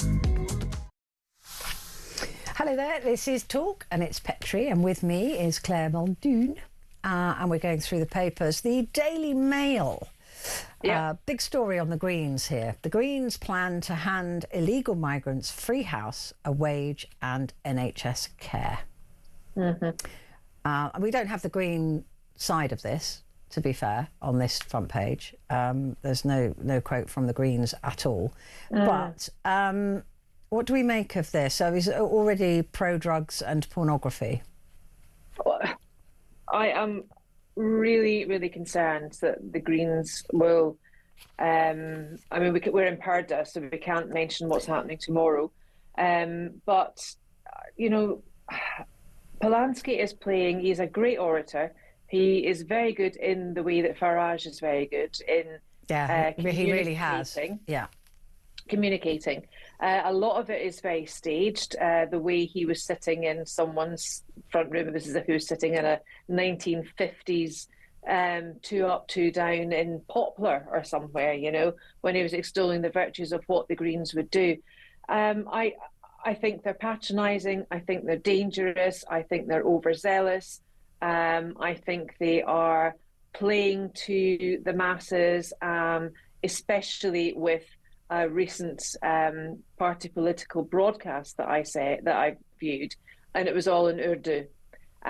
You cannot, I believe, in my view, you cannot run for office when you are dealing with very, very small compartments of society that do not have English, one, as their first language, and two, they're not even trying to speak English. I think that is really, really dangerous, and I think it'll ebb away at the identity of this country, and I think it's very, very dangerous that they do that they play to the minorities in a lot of cases. We've already seen it in the NHS. They have got interpreters in for everybody, fine, but I got a letter through the other day, and it was in a large envelope, 2 pieces of paper. One piece of paper was to invite me to do a survey. The second piece of paper, double-sided, had the information that was given to me in English in about 14 different languages. And I thought, do you know what? That's just a waste of time and money. Why are you doing this? The NHS is there for all, is there at free for point of service. But then why are you wasting money on this? But is it a waste of money, though? Yes, it is. It is. To give... It's not. Don't. don't hit me with the DEI. They can give people voices, Petrie. They can interpret them. They can get their family members in to interpret for them. They do not need this amount of paper. If I was in Dubai or if I was in another country, I wouldn't even expect to give feedback on a service unless I felt it necessary. I would do it in their language. I wouldn't do it in English. But I suppose in order to get, there'll be a lot of, women who are not working and their English is not very good. And in some cases they might need that information. I mean, for a survey, no, but for exactly. But this is the point. Yeah. It's for the survey. It's the same in local authorities. There's loads of different languages interpreted and given out in pieces of paper. My goodness me, it was bad enough in Scotland and Wales when they were given traditional Gaelic and Gaelic and in Welsh. And even when you go, if you're in Ireland, it takes you almost crash a car because everything's on the one lamppost and you're kind of looking for the right sign in the right language. Yeah, so when you go to Wales, it's the same. But the Greens, I think, are really. I think they're dangerous. Well, they're dog whistling to their prospective voters in the same way that Reform is dog whistling to their. Yeah, which isn't right either. But the Greens are more insidious, I think, and I think they've got a cuckold on especially young girls, especially young Gen Z girls. They think, oh yeah, it's great to be green. Yeah, this would be great. Yeah. Oh, is that my? Oh, yeah, I've got a lactose intolerant. Yeah, I'm gluten. It's just that whole. You just want to shake them. You really, really do. You just want to get off. It's not. You do not have any fiscal policy. You do not have any normal policy, and you are just playing. You're playing with people. This is not democracy. This is not a party that's to be taken seriously. You can say that about any of the political parties, though, that they all dog whistle to who they think is their voter base. Look at Labour wanted to extend voting to 16-year-olds. That's very much what they believe is their voter base. But they're already pro-drugs and they're pro-porn, and now Polanski's party wants world without borders. It's madness. It's like student union politics. I mean, when they say pro-porn, I mean, is anybody really pro-porn? Are they just pro freedom of I don't know. Was Polanski not, you could get big boobs if he kind of like mastered his mastery on you. You come out with a yeah, that's right. He used to do hypnosis, didn't he, for women to have bigger boobs? Yeah. Yeah, you're right. I've forgotten that. Yeah. Let's have a look at the Daily Express. Half of adults avoid going to the GP for help. Millions went without healthcare they needed, as almost half of adults avoided or delayed contacting a GP last year. Yeah, I mean, that's 2/5 of 2,200 people were asked by the Health Foundation think tank. The general standard of NHS care has worsened in the last year. Only 1 in 8, that's 12%, said it had improved. And I read in another, I thought it was 48% of people delayed the treatment or delayed going to the GP because they didn't think they would get an appointment. That's why they didn't. But that's not really the NHS's fault, is it? I mean, what? Because if you don't even try and get an appointment, then no, but they'd be put off by trying to get an appointment because they don't think they can, and I think that's really sad. Because what will people do? They will turn to Google. They will put in their symptoms. Or they'll just turn up at A&E. Yeah, well, that's the other thing, which is what they are. Because if you phone 111, they don't want to take the responsibility or bear the brunt if something terrible happens. Of course, the ending gambit is always, if your symptoms worsen, go to A&E. Yeah. Then you've got A&E filled with people who really ought not to be there. Yeah. No, the NHS got a lot. I mean, I have to say that my GP is absolutely brilliant, and I'm very, very lucky. I know I am, and they're just wonderful with me. But I think once you're in a system as well, as you and I both are, for chronic issues, then it tends to be a little bit easier, I think. Yeah, and I think postcode lottery does come into it as well. Yeah. Yeah, very much so, very much so. The Daily Star, Prince of Darkness, again, there's a great photograph there they've got of Mandelson with his shadow opening his door. It looks like he's going home. He's absolutely miffed that he was arrested and questioned. And what about this story? Russell Brand turning up with his Bible to court and saying that he's blessed. It just makes me feel sick to the pit of my stomach. Do you think this is just opportunistic Christianity? I think it's performative. Performative Christianity. Who am I to judge? Yeah. Who am I to judge? Yeah, I mean, who knows? He may have had it. He may have had that moment. Yeah, but he got. But you don't know. Only one man knows, and that's God. But to have that Bible taken off him, it's just. He's just. Oh. I mean, there was 5 counts, I think, 2 rapes, one of oral rape, others of it's just from 4 different women. I must say that he's in court and obviously he's denied everything. Yes, He's said that he's completely innocent. He said he's not guilty. Yes, he's not guilty. Yeah. The Daily Mirror, again, is a warning. I think that's a bit more explicit than the Greens one, so but may not touch it. But it's about reform, given Purdah. So we can't talk about it. Yeah. So that's the front page of the Mirror. We can show it, but there you go. The Daily Telegraph. Mandelson held to stop him fleeing Britain, and council tax rises. Oh, what is this about? To fund 20-mile-an-hour speed zones. This is just awful. This really is awful, and it gets my goat every time.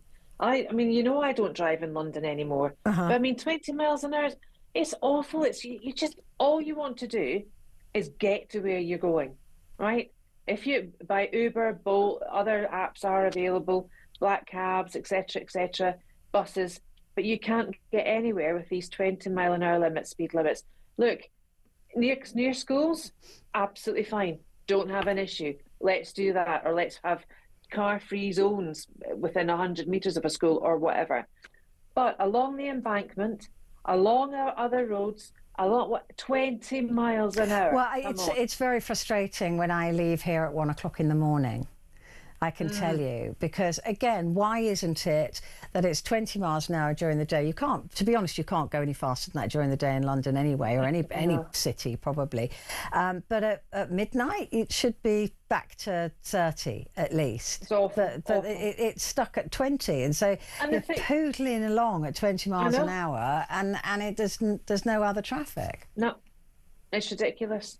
But really council taxes are going to rise in order to pay. To fund it. To fund it. In Gloucestershire and Hertfordshire will be saddled with increased council tax bills from April to fund a £3.5 million rollout of low-speed zones. Have you driven up in Hertfordshire? It's full of roundabouts. You can't. Honest to goodness me, you'll need to add at least 2 or 3 hours onto a Sunday lunch before you can get anywhere. I mean, it's just it is really. Really have I just woken up in some dystopian hellhole? I know. We have definitely slipped into a weird timeline, I think. Just before we go to the break, boys should be allowed to experiment and wear dresses at primary school. I mean, my son went to primary school dressed as Buzz Lightyear. Because I couldn't get him to change into anything else. I mean, really? I mean, that was even for book character day, probably. And do you know what? I'm speechless. I really am. I saw Bridget Phillipson on Nick Ferrari, was it yesterday?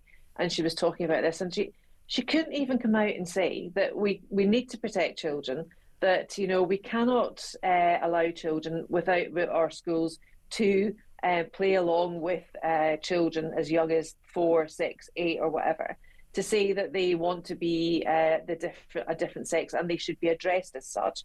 She couldn't actually say that no, that's not, we can't not safeguard children like this. And I thought, do you know what? You are in charge of education. You want to do so much. You're doing so much harm with the whole send bill, the Senko stuff. You now can't even come out and say that boys should be boys and girls should be girls until they can make their own decision at age 18, completely formulated with the parents' consent. It's just, why can't people grow a pair and just like take a stance? Why are they mealy-mouthed? Because they can't. They just I mean, look at the whole argument of what is a woman. I mean, that still resonates. I know, ridiculous. Right, we've got to take a break, Claire, but we will be back in just a moment.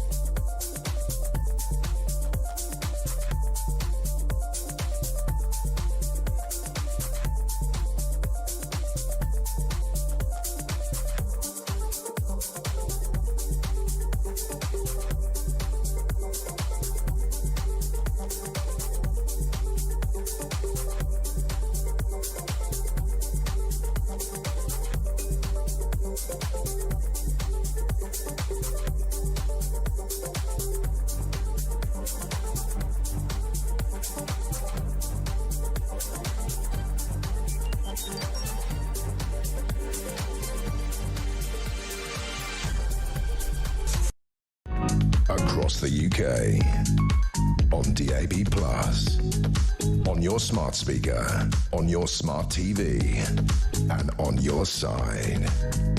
This is Talk. Hello and a good evening. It is Talk. It's Petrie, and with me, the fabulous Claire Muldoon. Let's have a look at the FT.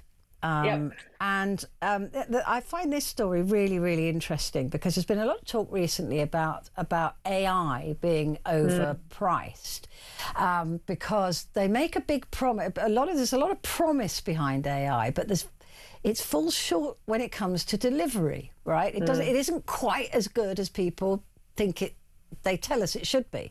And it's very, very interesting to look at the S&P 500 software sub-index that looks at all of these tech stocks has lost $1.2 trillion in the last month as investors seek shelter in asset-heavy companies. So rather than a promise tomorrow of AI being this great revolutionary tool, and over-promising and under-delivering, they're heading off to invest in companies that have got, if you like, bricks and mortar, that they're properly asset-heavy. They've got stuff. Interestingly, the FT as well led last weekend on real new emerging markets like Argentina, South Korea, and China and Malaysia. Yeah. I mean, investors seem to want something tangible now instead of all the fintech nonsense that we've been exposed to Exactly for so long. I mean, this is why people are investing in gold and silver so much as well, because it's real, it exists. So they want something tangible, because you remember the tech bubble that burst before, probably about 10 or so years ago. The dot-com. Yeah, the dot-com bubble, and that was a similar sort of thing. It was a similar language. You know, everybody was getting really excited about it. But AI, although it's an amazing thing, but it isn't as amazing as they tell us it is, and that's where the shortfall is. So people are going, well, I thought it would be doing X, Y, Z by now. You said it would be, and it just isn't. They will pretend to over deliver in order to get the price up, to get the hope up, to get the optimism in, to make it feel real. Yeah. And you know, if you're told something loud enough and often enough, then people tend to believe it. Yeah. It's like I had a conversation. One of my daughters said to me only tonight. She said, "Mum, why do companies say, 'Oh, if you don't like it, we'll give you your money back'?" And I said, "Because they're actually selling false hope. They're actually embedding into your psyche that their product is great. It'll be at a low price point. Say it was makeup cleaner or something like that at £4 or something." I said, "How many people do you actually think will not agree that the product is wonderful and therefore go and get the refund?" She went, "Yeah, I don't think many people would." And it's the same with this AI nonsense. Yeah. They're over promising and under delivering, because the things aren't right at the moment. And even the chap from, is it Anthropic, one of the major companies in AI, he resigned and he was like, "Look, I don't think we're really worried. I don't think we're really ready for this yet." Yeah, we're not there. We're not there yet. Tied in with that, of course, there is a very real risk to chip availability and also data storage. We have. Do you remember when I started my master's, we had this conversation, and I started my thesis saying, "Oh, the computer says no," or "did it?" And then it was the whole thing of the AI being able to, you know, have all this data, but the storage of it, that's called horizon planning, and the storage of this data is actually going to take more energy to get the data stored than it would be to not have the data there and everyone go along as we're doing just now. Yeah, the cost in energy and water is huge. It is a real problem, and you know, the British government is saying, "Are we going to build all these data centres?" There's not enough water. There's not enough water to keep them cool, and so it's a really interesting when you see markets start to pile out of stock. They're always the bellwether. You can always see which direction the world, because they only care about money. So you know, if you see them start piling out, time to get out if you're in. That's what I would say. The Metro, and the reason I'm passing over the Guardian is because we sort of covered the stories that were on the Guardian. The Metro, tough porn crackdown to tackle abuse, ban on sickening family sex videos to combat cowardly perpetrators hiding behind screens. Did you know, Claire, that we are globally, I think, the second or third biggest user of child pornography in the world? In this country, yeah. I didn't know that. Yeah, shocking, isn't it? Disgusting. Disgusting. But yeah, this is family sex videos. What are family sex videos? I had to do a double take on this. It's when they've got like mothers and sons or fathers and daughters. What? And they're played by actors, but they're playing out family drama, and porn sex is involved. Oh, so the incest videos will be banned. Yeah. That is deeply disturbing. It's just disgusting. What is wrong with people? I mean, why would you want to... What? Don't. I mean, there's no point. No, you're absolutely right. There is no point, because there'll always be disgusting people. This is really interesting on The Independent, and this is what we were talking about last night on this programme, actually, Claire. We were talking about what... There's more to come about the whole Andrew Mountbatten Windsor and all of this. Well, again, this is proof. Just the next day, Epstein may have secured the trade role for Andrew. I mean, is this going to just get more and more grubby? It's just so seedy. It really is. And I mean, I read Mandelson's book when it came out in 2006, was it, or 2007? Was it called The Prince of Darkness, actually? I think it might have been. It was, yeah. And, you know, if Epstein was, I mean, why aren't Epstein and Mountbatten Windsor being tried for treason, for a start? You know, if there were. Mandelson and Mandelson, sorry, yes. Tried for treason, because if they have released files on UK businesses, it's just. Well, there are MPs calling for that, aren't there? Saying that we should resurrect so they should the tree, because it's a dormant law at the moment. It would need to be resurrected. But a 700-year-old law of treason, and some people are saying that this does fall into the purview of a treason. Yeah, and I'll tell you who else should be in that category: Shamima Begum, in my view. Oh, really? Yeah. Yeah, there was a story yesterday, wasn't there, about her trying to get people smugglers to bring her in. But this, if Jeffrey Epstein helped Mountbatten Windsor become trade envoy, who was he talking to? Who was he persuading that his buddy should? I mean, it's this whole sort of arrogance and entitlement of these rich classes of people who believe that they can just pull this. They're like puppet masters. Yeah, they're puppet masters, deciding who gets which job, deciding you know what's going to happen in the world, putting their own puppets in there. You know, this relationship that Epstein and Andy had. Clearly, Epstein thought it was going to be beneficial if Andy became envoy. There needs to be more checks on this kind of thing. Yeah. It's terrifying that all of this all of this string pulling going on in the background, you know, where countries and companies are deciding the fate of the entire nation. It's not fair. It's not right. Not fair. It's not right.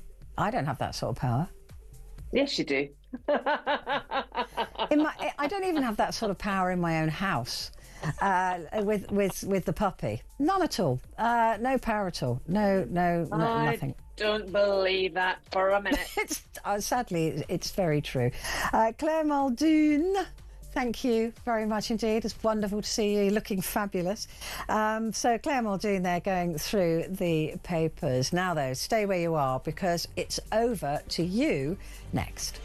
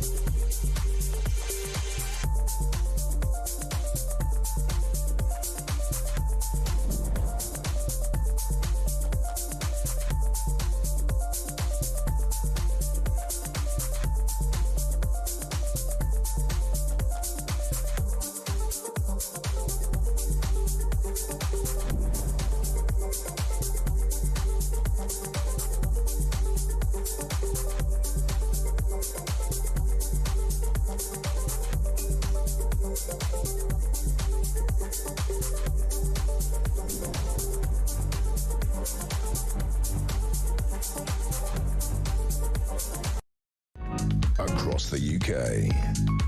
On DAB+, on your smart speaker, on your smart TV, and on your side. This is Talk.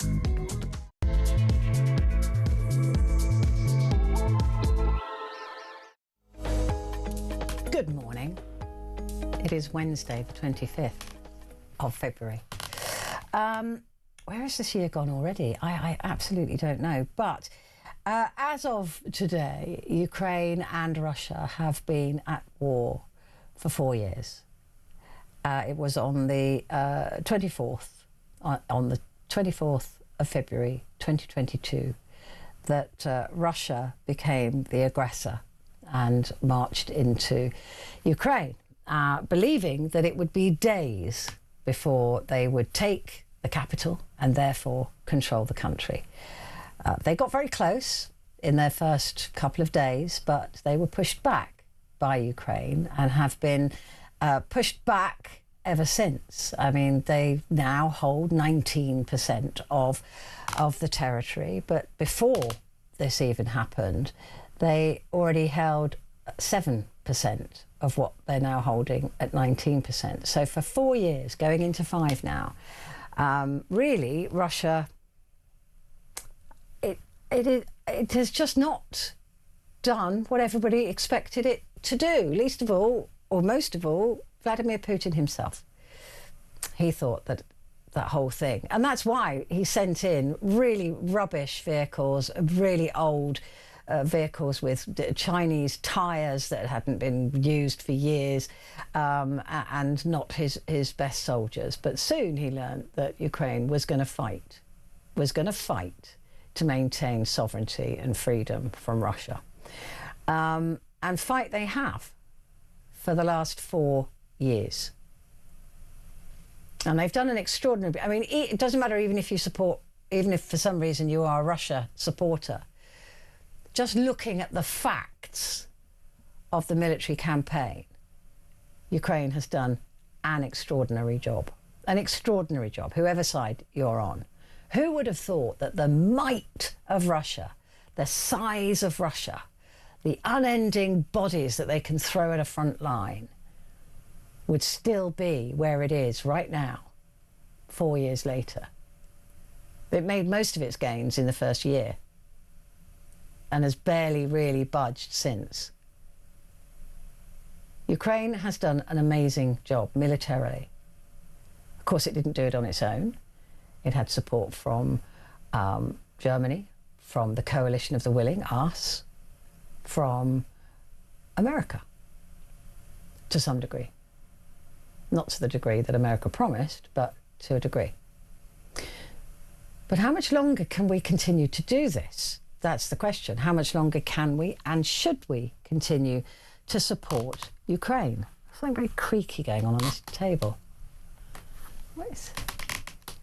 Yeah, I don't know quite what's happening, so I do apologise for that. But I want to know from you, how much longer should we continue to support Ukraine? Both, with money and with any, humanitarian aid. Should we continue to support Ukraine? Do you feel like by supporting them, we're prolonging it? There's no doubt, I think it's safe to say, that Russia would have made bigger gains had Ukraine not had the support of other countries. There's no doubt at all in my mind that Russia would have completed its task by now had Ukraine not had that. But Ukraine is holding the front line for the whole of Europe. And there are doubters who say, well, Russia won't do that. They're not interested in Europe. They absolutely are. Putin absolutely is. If you read any books about Vladimir Putin, you'll see that. And also, history, what is it? Somebody said, history doesn't repeat itself, but it sure does rhyme. I just like that expression. It doesn't mean that, it doesn't make that much sense, but I love that expression. Because you can look back in history to see what's happened before when we've capitulated to a violent regime, where we've trusted them when they said, no, I only want that bit. It was Sudetenland, I just want that bit. we'll leave it at that. And we know that that isn't true. That isn't what happens. We've seen it in recent history with Crimea. When Ukraine said, look, they're taking Crimea, they can't have Crimea, that's ours. And the rest of the world said, look, just let him have it. Basically, just let him have that, and that'll be enough. He won't want any more. And Ukraine said, no, he will. He's going to come back for more. And we went, no, just let him have that bit. Right, it's only Crimea. And then a couple of years later, he's at it again and pushing into Ukraine, which he thought he would take, like I said, in a matter of days. So at what cost do we want Ukraine to hold this front line? Do you trust that actually they are fighting this war on our behalf? This is why the coalition of willing is there, that it is giving money, lending money, supporting, because it's cheaper in the long run than us having to go on a war footing, which we're not ready for, because we've let America take the lead and we haven't spent enough money on defence. So we're not ready for it. Even if it were to happen, we wouldn't be ready. But do you believe that that's what they're doing? And if you do believe that Ukraine is holding the front line for us, then I would imagine you would support continuing to help them do that. But on the other hand, if you think that Russia will stop at Ukraine, are you prepared, just take a country? Which I don't agree with.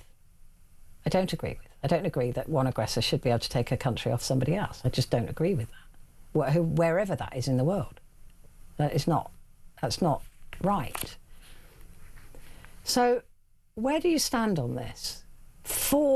You're going into 5 years now, and who knows how much longer. And if you believe there's a potential for peace in the next few months, I don't know what to tell you. I cannot see it unless something absolutely extraordinary happened. And by that I mean potentially the death of Putin. Or Russians rising up against Putin. Unless something absolutely extraordinary happened, I cannot see any form of satisfactory peace. So what do we do from here on in? Do we keep going? Do we support them? Do you think that they should just give up Ukraine, give up parts of Ukraine? Do you believe that Putin is a threat, or do you think he isn't a threat? That he'll just leave it there, that's it? Give me a call, 0344 499 1000. Calls are charged at national rate, but we do call you back. And text the word talk and then your message to 87222. Let's get to your calls. And Tristan is on the line. Hello. Morning, Tristan. Hello, lovely. How are lovely. Good to talk to you. I'm all right, thanks. Hope you're keeping well. Yeah, very well. Yeah, before I address your question directly, I'd just like to say, people keep saying all about Ukraine. Isn't it a shame that just like Crimea, the world has forgotten the small country of Georgia? Yeah. Putin took 2 regions of that country overnight. Nobody batted an eyelid. They've just let him completely get away with that one. So it's only a matter of time before he returns there. Yeah, I agree. And also, this is what empowers these dictators, right? Yeah. Is letting them get away with it. That's it, absolutely. In relation to the aid, I think we should certainly increase it. We've got to keep him at bay. 110%.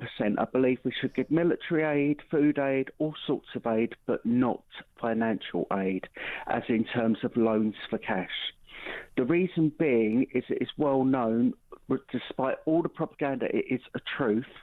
Ukraine is one of the most financially corrupt nations in the world, unfortunately. Well, unfortunately, all wars are corruption. There's so much money to be made during a war. Yeah, but in Ukraine's case, it goes back decades, doesn't it? All the way back to around I mean, I will give you that. You know, it's not perfect in terms of corruption, but war is the most corrupting thing that can happen. Oh, of course, you'd know. As being a correspondent back in the Yugoslavia war, you'd certainly know about that. But I mean, there's all sorts of money passing hands and brown envelopes and, all sorts of stuff. People stealing money and shoving it in bank accounts in Switzerland. It goes on all the time. Absolutely right. But that wasn't to give Russia any credit at all. That's not in any way endorsing them. Oh, disgusting. The thing is, if we don't defeat Putin in Ukraine, whoever succeeds Putin, because people often forget he is 73 years old now. I dread to think what the next dictator who walks into Russia and how much more of an imperialist they're going to be. Because we don't know what we're dealing with unless we send them back to their own borders and say, no, mess around, find out, and you're going to stay in your own country. We're going to have them invade somewhere like the Baltic regions. Now, the Baltics, Latvia, Lithuania, and Estonia, they only have populations of about 1.3 million to 2.5 million. They're tiny. And about a third of their populations are actually Russians. Russian speakers, I correct myself. They'd walk in and just take those countries in the space of about a week, tops. They really would. And that's going to be on NATO's territory, and that's when things really are going to get scary. Yeah, well, there's some talk, isn't there, and I suspect it's true. I mean, they've already tried it with Poland, remember, another NATO country, where those drones were shot down heading into armed drones heading into Polish territory and were shot down to test the will of NATO, and that is expected that he would do something and go, sorry, that was a mistake, but just to test the will of NATO on those smaller nations who don't want to be part of Russia. No, and with NATO being in jeopardy, if Trump gets his way, I don't know what the answer is really on that one. No. But we've got to keep funding it, Petrie. We really must. If not, we should increase it. And definitely the weapons. He needs the arsenal of weapons to back them off, basically. And we're not giving enough. And America's bound to start cutting their aid. I guarantee you Trump will do that, because I don't like Trump, and I follow his career quite closely, and I know exactly what he's like. He cares about one country only, and that's his own. And he's done deals with Putin, but hugely valuable business deals. Oh, yes. With Putin, and he can't. The reason he's so keen to push forward with this so-called peace, this capitulation document, is because he can't lift sanctions and therefore do business with Russia until there is an agreed peace. So that's why he's pushing for a peace at any cost, at the cost of Ukraine. Yeah, but I think... And he hates Ukraine. He's always hated Ukraine. Yeah, but at any cost, he's not going to help Ukraine. No. He really isn't, because where was I going with that? The thing is, Putin doesn't want peace, and people are not getting the message. He will fight this forever until there's no man left in his army. He will just keep going and going and going, sacrificing the bloodshed from his own country. Those poor boys. And absolutely. I mean, these young Russians being sent to the front line as fodder. I mean, literally to die. And there was a big story yesterday that I was reading about any Russian soldier conscripted that doesn't want to be there, who tries to leave, is shot.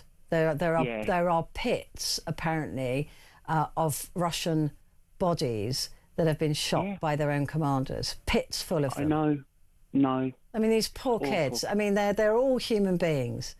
But Putin doesn't care. Yeah, and most of them are so young as well. They're not the more. No, they're not the older. The more experienced ones have already died or are now training. But these kids have got. They don't even know what they're fighting for.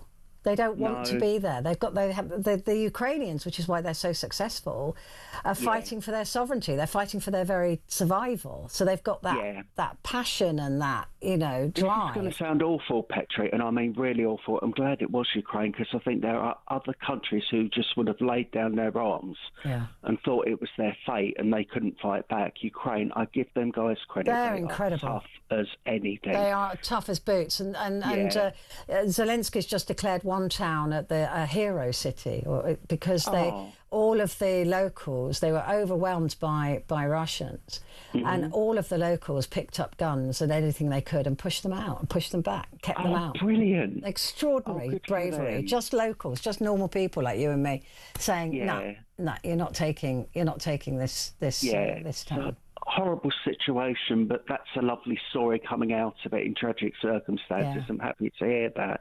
And I give Keir Starmer, and I hate to say it, I'm going to have to say it, Boris Johnson of all people, both of them, didn't like them, but they do stand by Ukraine.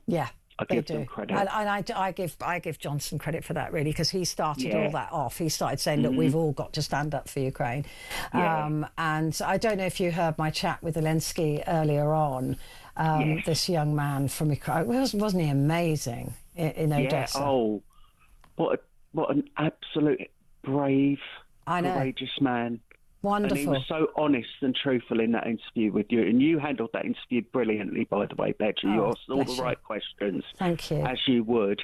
But that's probably your war experience that you gained. So and also my hatred of war and my compassion for anybody living in those circumstances, because I've seen it firsthand, as you say. And if you know, Bosnia was the whole country, and seeing people living with that day in, day out, year in and year out, it is a devastating thing just to see normal people having to. I can still remember your reports from back then. Can you believe that? I was a child then. I was practically a child, Tristan. But thank you very much indeed. It's always wonderful to talk to you. You take care of yourself. Tristan there in Southend. Right, I've got to take a very quick break, but I will be back in just a moment.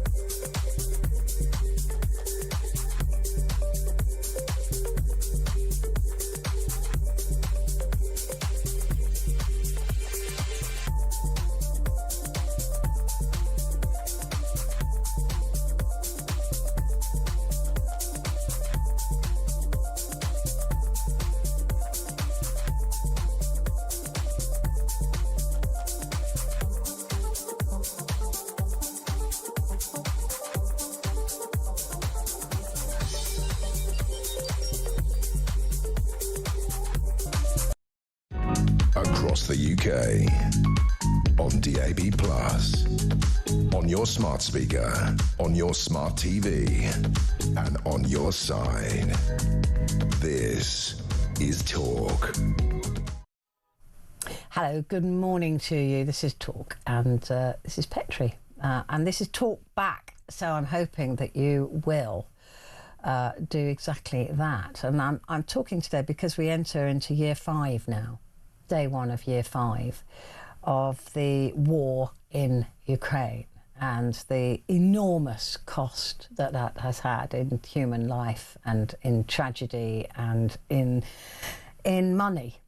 Which is the least of those, but the human lives, Russian and Ukrainian, it is an absolute tragedy that anyone would send those young men in Russia hurtling towards a front line for what purpose? For what purpose? You know, it is a land grab, and those young men and women, I presume, are dying because Vladimir Putin wants a bigger Russia.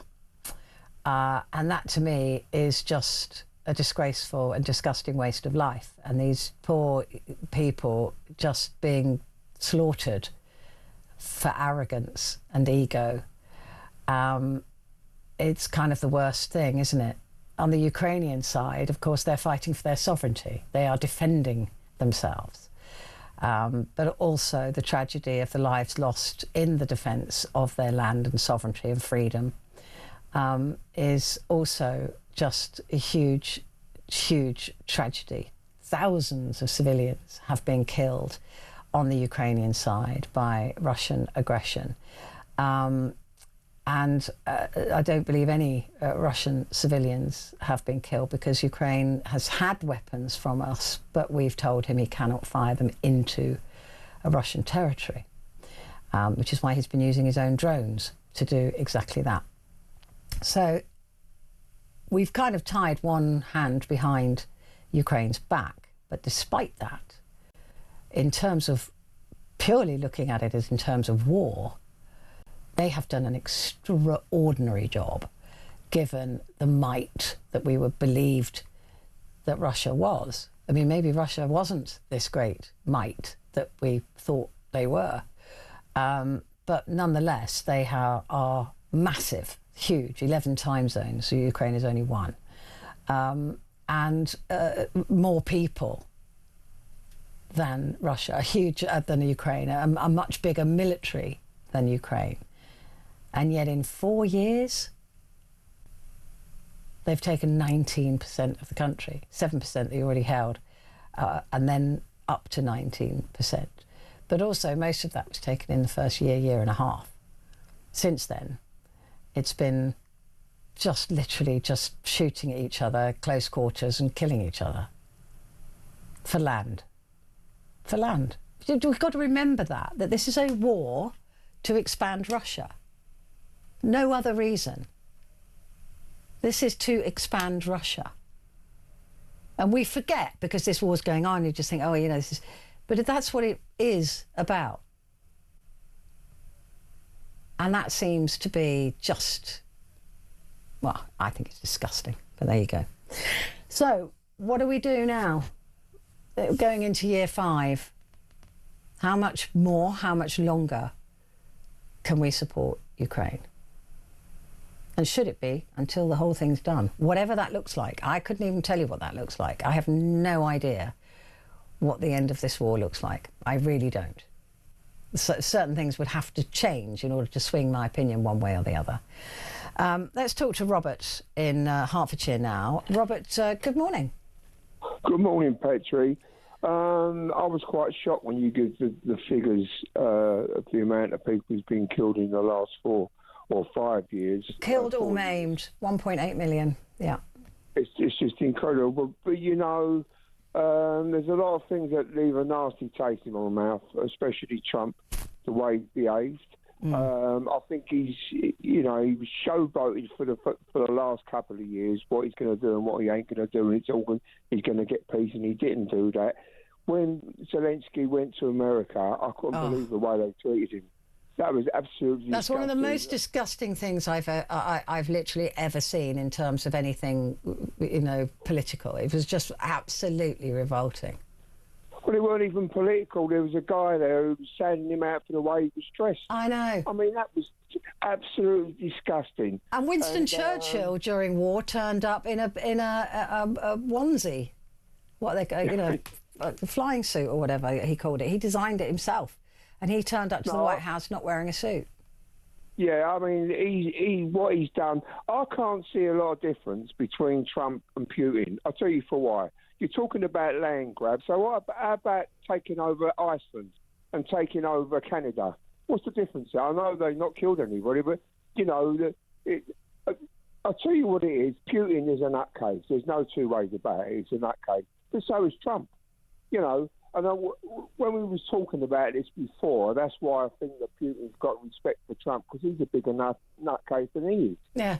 But I think they're someone is certainly making cut from the same cloth. well, someone's making a hell of a lot of money out of this. I don't want to, but I'm very sceptical.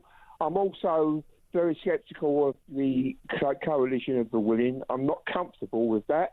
So we're talking about the coalition of the willing. Tell your listeners, who is the unwilling in Europe? Who are the ones who are not in it? Oh, I'd have to look that up. Italy? I think Italy's one of them, isn't it? I'd have to look up who isn't part of the coalition of the willing, but it's the main ones, isn't it, that are. So it's us, France as the two nuclear powers, Germany as one of the biggest countries. I literally can't remember. Isn't that terrible? I normally have got that in the top of my head. Yeah, but I always thought this would end with Putin being shot dead in a car park. I really did. I really thought that's how it was going to end. Well, the trouble is he kills anybody that gets close to him. So, you know, he's a callous murderer. You know, ex-KGB. Anybody who gets close to him, anybody who lets him down, anybody who speaks out against him, they're immediately dead. Yeah. I mean, I think we're in it to win. I mean, we've got to stay with them. Right. So if we can waste billions and millions on supporting migrants and then just we can do that. This is much more important. I don't agree with. I'm not comfortable with the coalition of the willing. You shouldn't have. We've got a UN. We shouldn't need a coalition of the willing. It shouldn't be necessary. We should give them as much money as they need, but I don't believe that we should have any boots on the ground. I'm dead against that.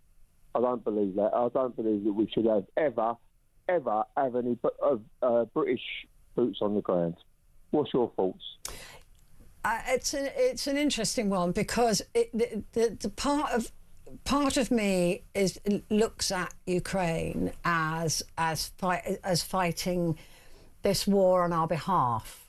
And at the moment they're doing all the work, and we're giving them money and the means to do it. But it's Ukraine that is losing the lives. Do I want British troops there? Absolutely not. But do I think that if there were, then Russia would be pushed back? Yeah, I do. And I think that we've got to stop tying Zelensky's hands behind his back, by giving him weapons and then telling him how he can use them. And that's been the problem, is that we've said, look, you can have this, but you're not allowed. This is why there's been so many casualties in civilian casualties in Ukraine and none in Russia, or one, I think, but by a stray drone. But it is because Ukraine isn't allowed to attack in Russia. So we've kind of hamstrung them a bit with that. And I think that's the first thing we should do, is take his gloves off. I agree. I agree. There's no rules in war. I mean, I don't like war, but you can't have rules in war. You take the gloves off and go for it. You've got. And the other thing is, the money-wise, how about all the billions and billions that we've got of Russian money over here? Yeah. Why can't we release it to the Ukraine? Well, I think it's always Orbán in Hungary that stops that. They've got a casting vote. They've got a vote, and they keep blocking anything like that. And of course, Hungary is very keenly supported by Trump, and is pro-Russian. So they any mention of that happening, and then Hungary gets involved, a couple of other countries as well, and says, no, you can't do that. But I think we should. How do you? I mean, you've got two wars going on in the world at the moment, right? You've got the Israelis and the Palestinians. Yeah, that's still going on. Yeah. Well, it will. It will outlive us. It's biblical. It's biblical. Literally. They want the annihilation of each other. So there's no. They might have a ceasefire, but it'd be fragile until the next atrocity. I can't see any end to that whatsoever. I agree with you. You're talking about well, basically Muslim and Jew. I mean, you're talking about the Arab and Jew, and that goes back to the Arab and the Jew has never got on, going back to the Bible days, and it never will. This is just like you said. It's land. It's petty. Russia's one of the biggest countries in the world, if not the biggest. Well, they want more land for? Yeah, I mean, it stretches right the way to China. Literally, it is 11 time zones. But Ukraine is quite a valuable country in terms of minerals and in terms of all sorts of things, and it being a doorstep away from Europe, which is what he really wants it for. But it is a land grab, and that's all it is. And those people are dying and being maimed because one man wants a bit more land, a bit more valuable land. I'll tell you what disgusted me about Trump when he was doing the deal to help the Ukrainians with minerals on their land. Oh, yeah. Fleecing them. Disgusting. Yeah, I agree. He was absolutely fleecing them for minerals during a war. Saying, well, we'll help you if you sign over your minerals. Imagine us during the Second World War, countries saying, yeah, OK, but you've got to give us all your fruit and veg. Yeah, exactly. For the rest of time. We're only doing this if you can pay us something. And he keeps going on about how countries have never... We've only just finished paying off our war debt to America, but we paid it off. I know that. Yeah. And they charged us for that. We've never charged them for Iraq. No, and the thing was as well, that's right, we didn't charge them for Iraq. We backed them right up to the hill. Yeah. We backed them up. 20 years in that region. We were 20 years. Illegal wars. That was both of them were illegal. Absolutely. Blair and Bush should have been in The Hague for that. I absolutely agree. And all the lies that were being told that originated, you know where from? About weapons of mass destruction, where that originated? Israel. No. Really? Yeah. That's where they started talking about how Iraq was putting together these weapons of mass destruction. Got into the ears of Bush, then 9/11. Oh, well, 9/11 was before that, but yeah, got into the ears of Bush, and that was why they went in. So, it's all in a big circle. It's all in the big circle if you look at geopolitics. Yeah, it's a pointless. It's a pointless war. After the land that they want, you can't do anything on it. You can't grow anything on it. It's useless land, Yeah, but it's ego, isn't it? I mean, Putin doesn't care how many of his people die in saving his face. That's all this is now. It's just ego now. It's because he failed to take Ukraine in the first couple of days like he thought he would, or weeks or months. And now he's got egg on his face and he has to save face. So if he has to save face, then millions of people have to die. It's one man's ego. It's pathetic. I mean, in the answer to your initial question for the show, should we carry on backing them? Yes, we've got to. We might not like it. We might not agree with it. But we're in it now, and it doesn't, like I said to you, if we can spend money on thousands and thousands of migrants and other, if we've got the money, it doesn't matter. If we get ourselves into debt, this is a cause. This is a proper cause. Yeah. And we need to back them. And it benefits us in the long run. It'll benefit us. It'll be cheaper. Yes. It'll be cheaper in the long run. That's what I think. Robert, always good to talk to you. Thank you very much indeed. Got to take a break. Back in a sec.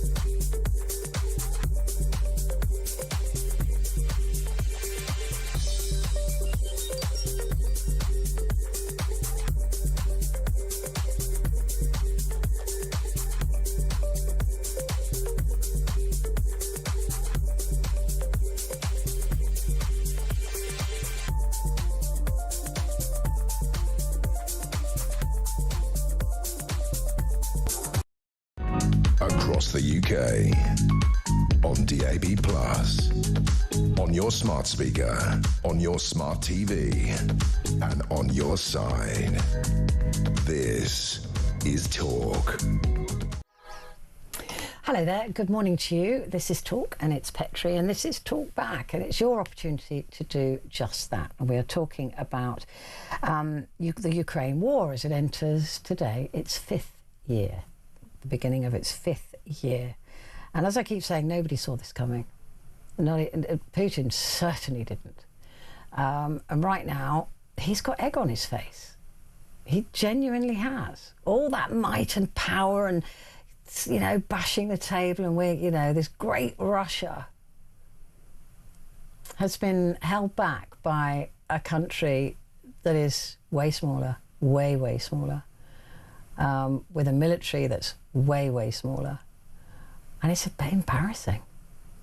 So Trump has to be seen to win, which is why peace is as far away, I think, today as it has been, because it's all about one man's ego. This is what's so depressing. It depresses me. If you look at North Korea, it's the same there. Kim Jong-un, all about one man's ego. Iran, the Ayatollah. I can't. It's just like, for goodness sake. The world is in a mess because of egos. It's pathetic. It is literally pathetic. And war is pathetic. We should have risen above that by now as a species. It really is. We learn nothing. If we learnt nothing, we're incapable of learning anything. It's depressing. It really is. It makes me angry, actually.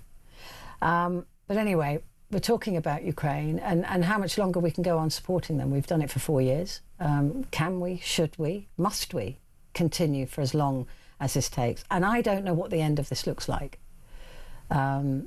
It is, I don't know how this ends. I don't see it. I can't see how this ends. So how long are we in it for?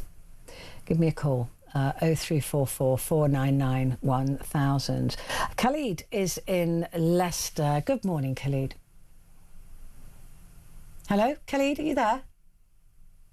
Khalid? Hello. No, he's not there. Let me go straight away to Kevin then in Hull. Kevin, good morning to you. How are you? Good morning, Petrie. I'm in a really good mood. Daughter's just brought down 2 birthday presents on my 60th birthday. Oh, today? Congratulations. Happy birthday. Unfortunately, they're large, and I'm definitely 2XL, so I'll have to stretch them. What did she get you? A jumper and a coat. Oh, that's very kind. It is. I'll have to get some straps for the coat because I won't be able to put it on. You might be able to take it back and change it. Yeah. Without her knowing. Just get the receipt. I'll be 61 by then. Oh, bless you. You've made it to 60. That's brilliant. Not bad. Anyway, I found out something about you. Oh. Yeah. Go on then. What you're wearing... Yeah. I didn't know you were the youngest daughter of Captain Scarlet. Nobody pulls my strings. I can tell you that. I don't have strings, matey. No, do you like it though? It's good, isn't it? It is, and this is not a voice from the Misterons. It does look a bit. It could be like a Star Trek outfit, couldn't it? Or yeah, you're absolutely right. I hadn't thought that. No, you're too good looking to be in Star Trek. That's very kind. I could be some kind of alien. I mean, it's possible. So listen, tell me, Kevin, about Ukraine. What do you think? Are we in it now? Have we got to stick with it?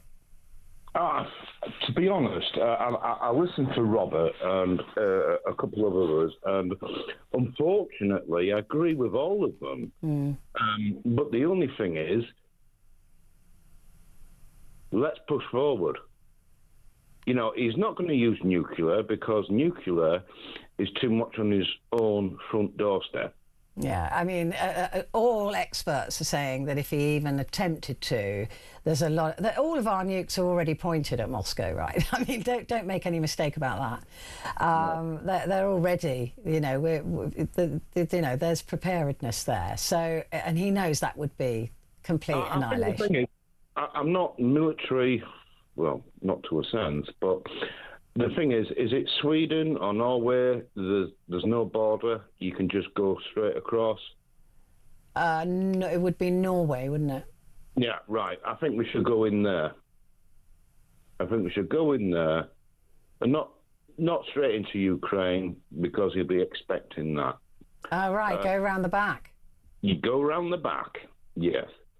The thing is, in the Second World War, when Berlin fell, it wasn't Eisenhower, it's probably somebody else, said, right, let's push on and take Russia. We were our strongest point to do that.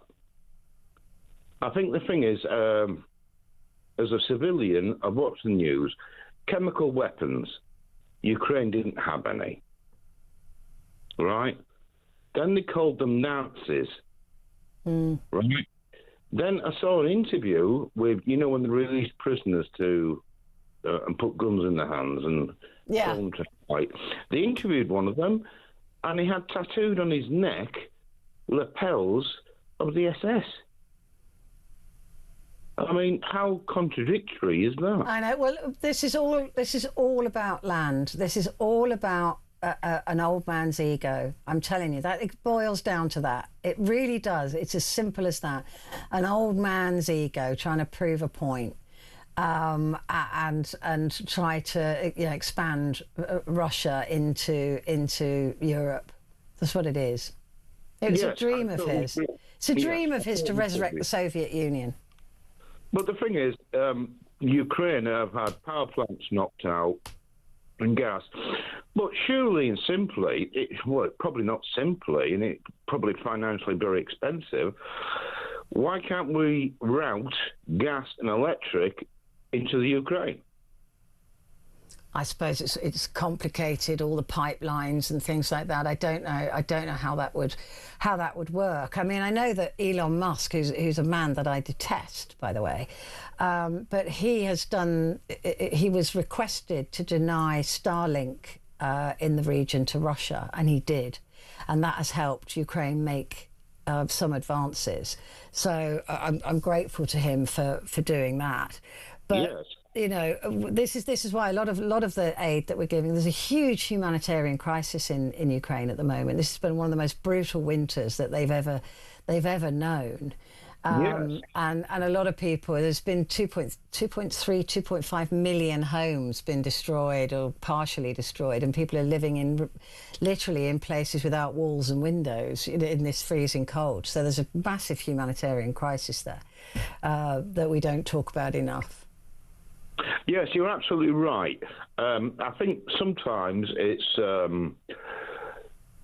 news reporting saying power stations have been took out, this, that and the other.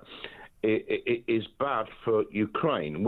I think as the press, I know as yourself, you're a reporter, too much information is a bad thing. Mm. You know, it's a bit like, I remember taking Goose Green, and Margaret Thatcher went on BBC News and said, we're taking Goose Green by midnight or 10 o'clock. Well, anybody in Argentina who had BBC News knew they were coming. Yeah. Well, by reporting their weaknesses doesn't help them, does it? No. No, I mean it's always been, whenever I've been reporting in a war zone or a security area, like the tail end of Northern Ireland or in Somalia, there were very strict rules about what you could and couldn't report before it had happened. Yes. And even just locations, I'd be standing in parts of Bosnia knowing that something was going to happen and not being able to say anything about it. And that is an important part of it. Information is power in a war situation, and so you just don't give it away. No, you don't, and you're absolutely right. Until it's happened, then you can. Yeah. Yes, But it's like Iraq, Iran, the Gulf War. You know, the Americans were in, this, that, and the other. There was oil there. Yeah. But when it came to Bosnia, America wasn't interested. No, there were Americans there as part of the United Nations, but no, they weren't. They weren't interested. No, and also it became, I wasn't keen on flying with the American pilots at points because they were a bit gung-ho. I didn't feel as safe with them as I did, like, say, with the French or other UN. I don't mean to decry the American military. They're brilliant, but it just felt a bit more like it was a film rather than the reality of it. It reminds me of my granddad when he did the Second World War, and the old saying was, when the Germans shot, we ducked. When we shot, they ducked. When the Americans shot, everybody ducked. Yeah, there was certainly in Iraq, there were lots of blue on blue, weren't there? I think there were more British soldiers killed by Americans by accident than actually killed by Iraqis. I think that is a fact of that war. Yeah, I think Kevin, I agree. I think we've got no choice but to keep supporting Ukraine. But I think what I think we need to do is what you think, and that is allow them to push forward and to give them the weapons that they need to do that, and to not hamstring them into not being able to use those weapons as they would want to use them. But Germany as well were giving them these big missiles, and there was some question as to whether they would be given permission to use them in a way that they wanted to use them, and it's all because of the fear of Russia. Now, there you go. Quick break, back in a sec.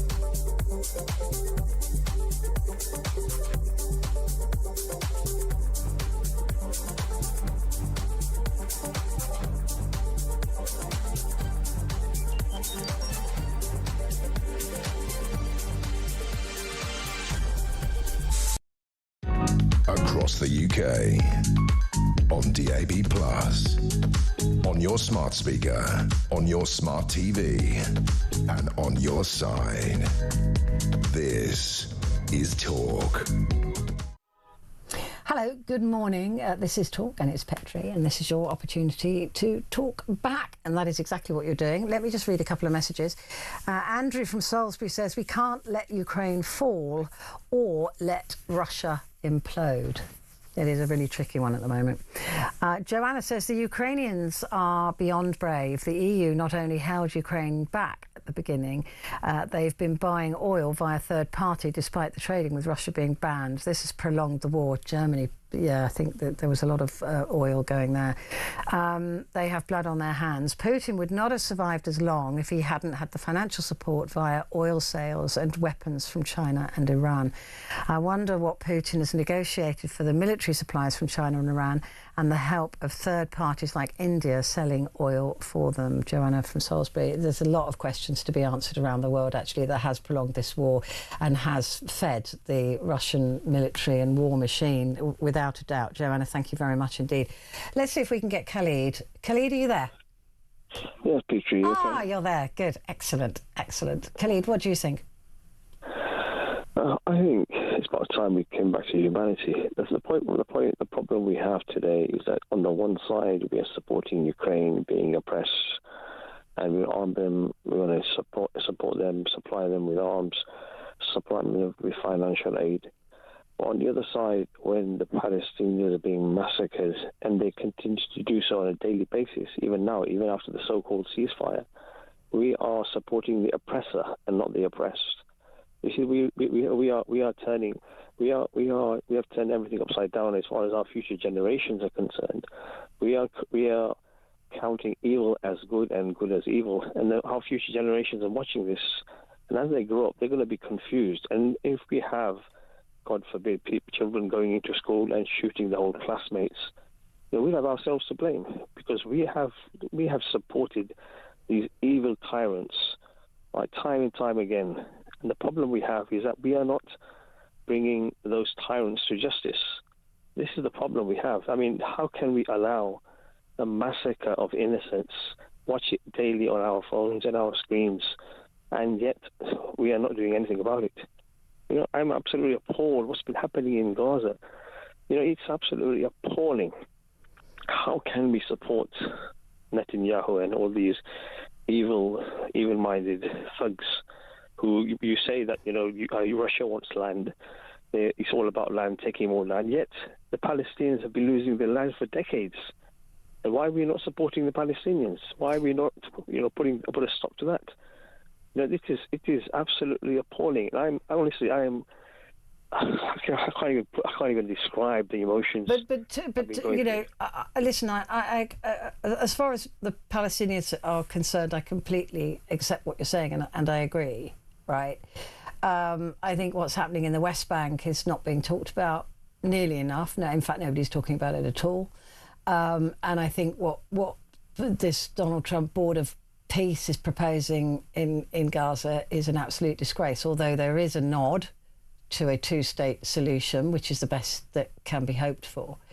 But the wrong there that is being done, it isn't, there is also a wrong being done to Ukraine. So both things can be true at the same time, right?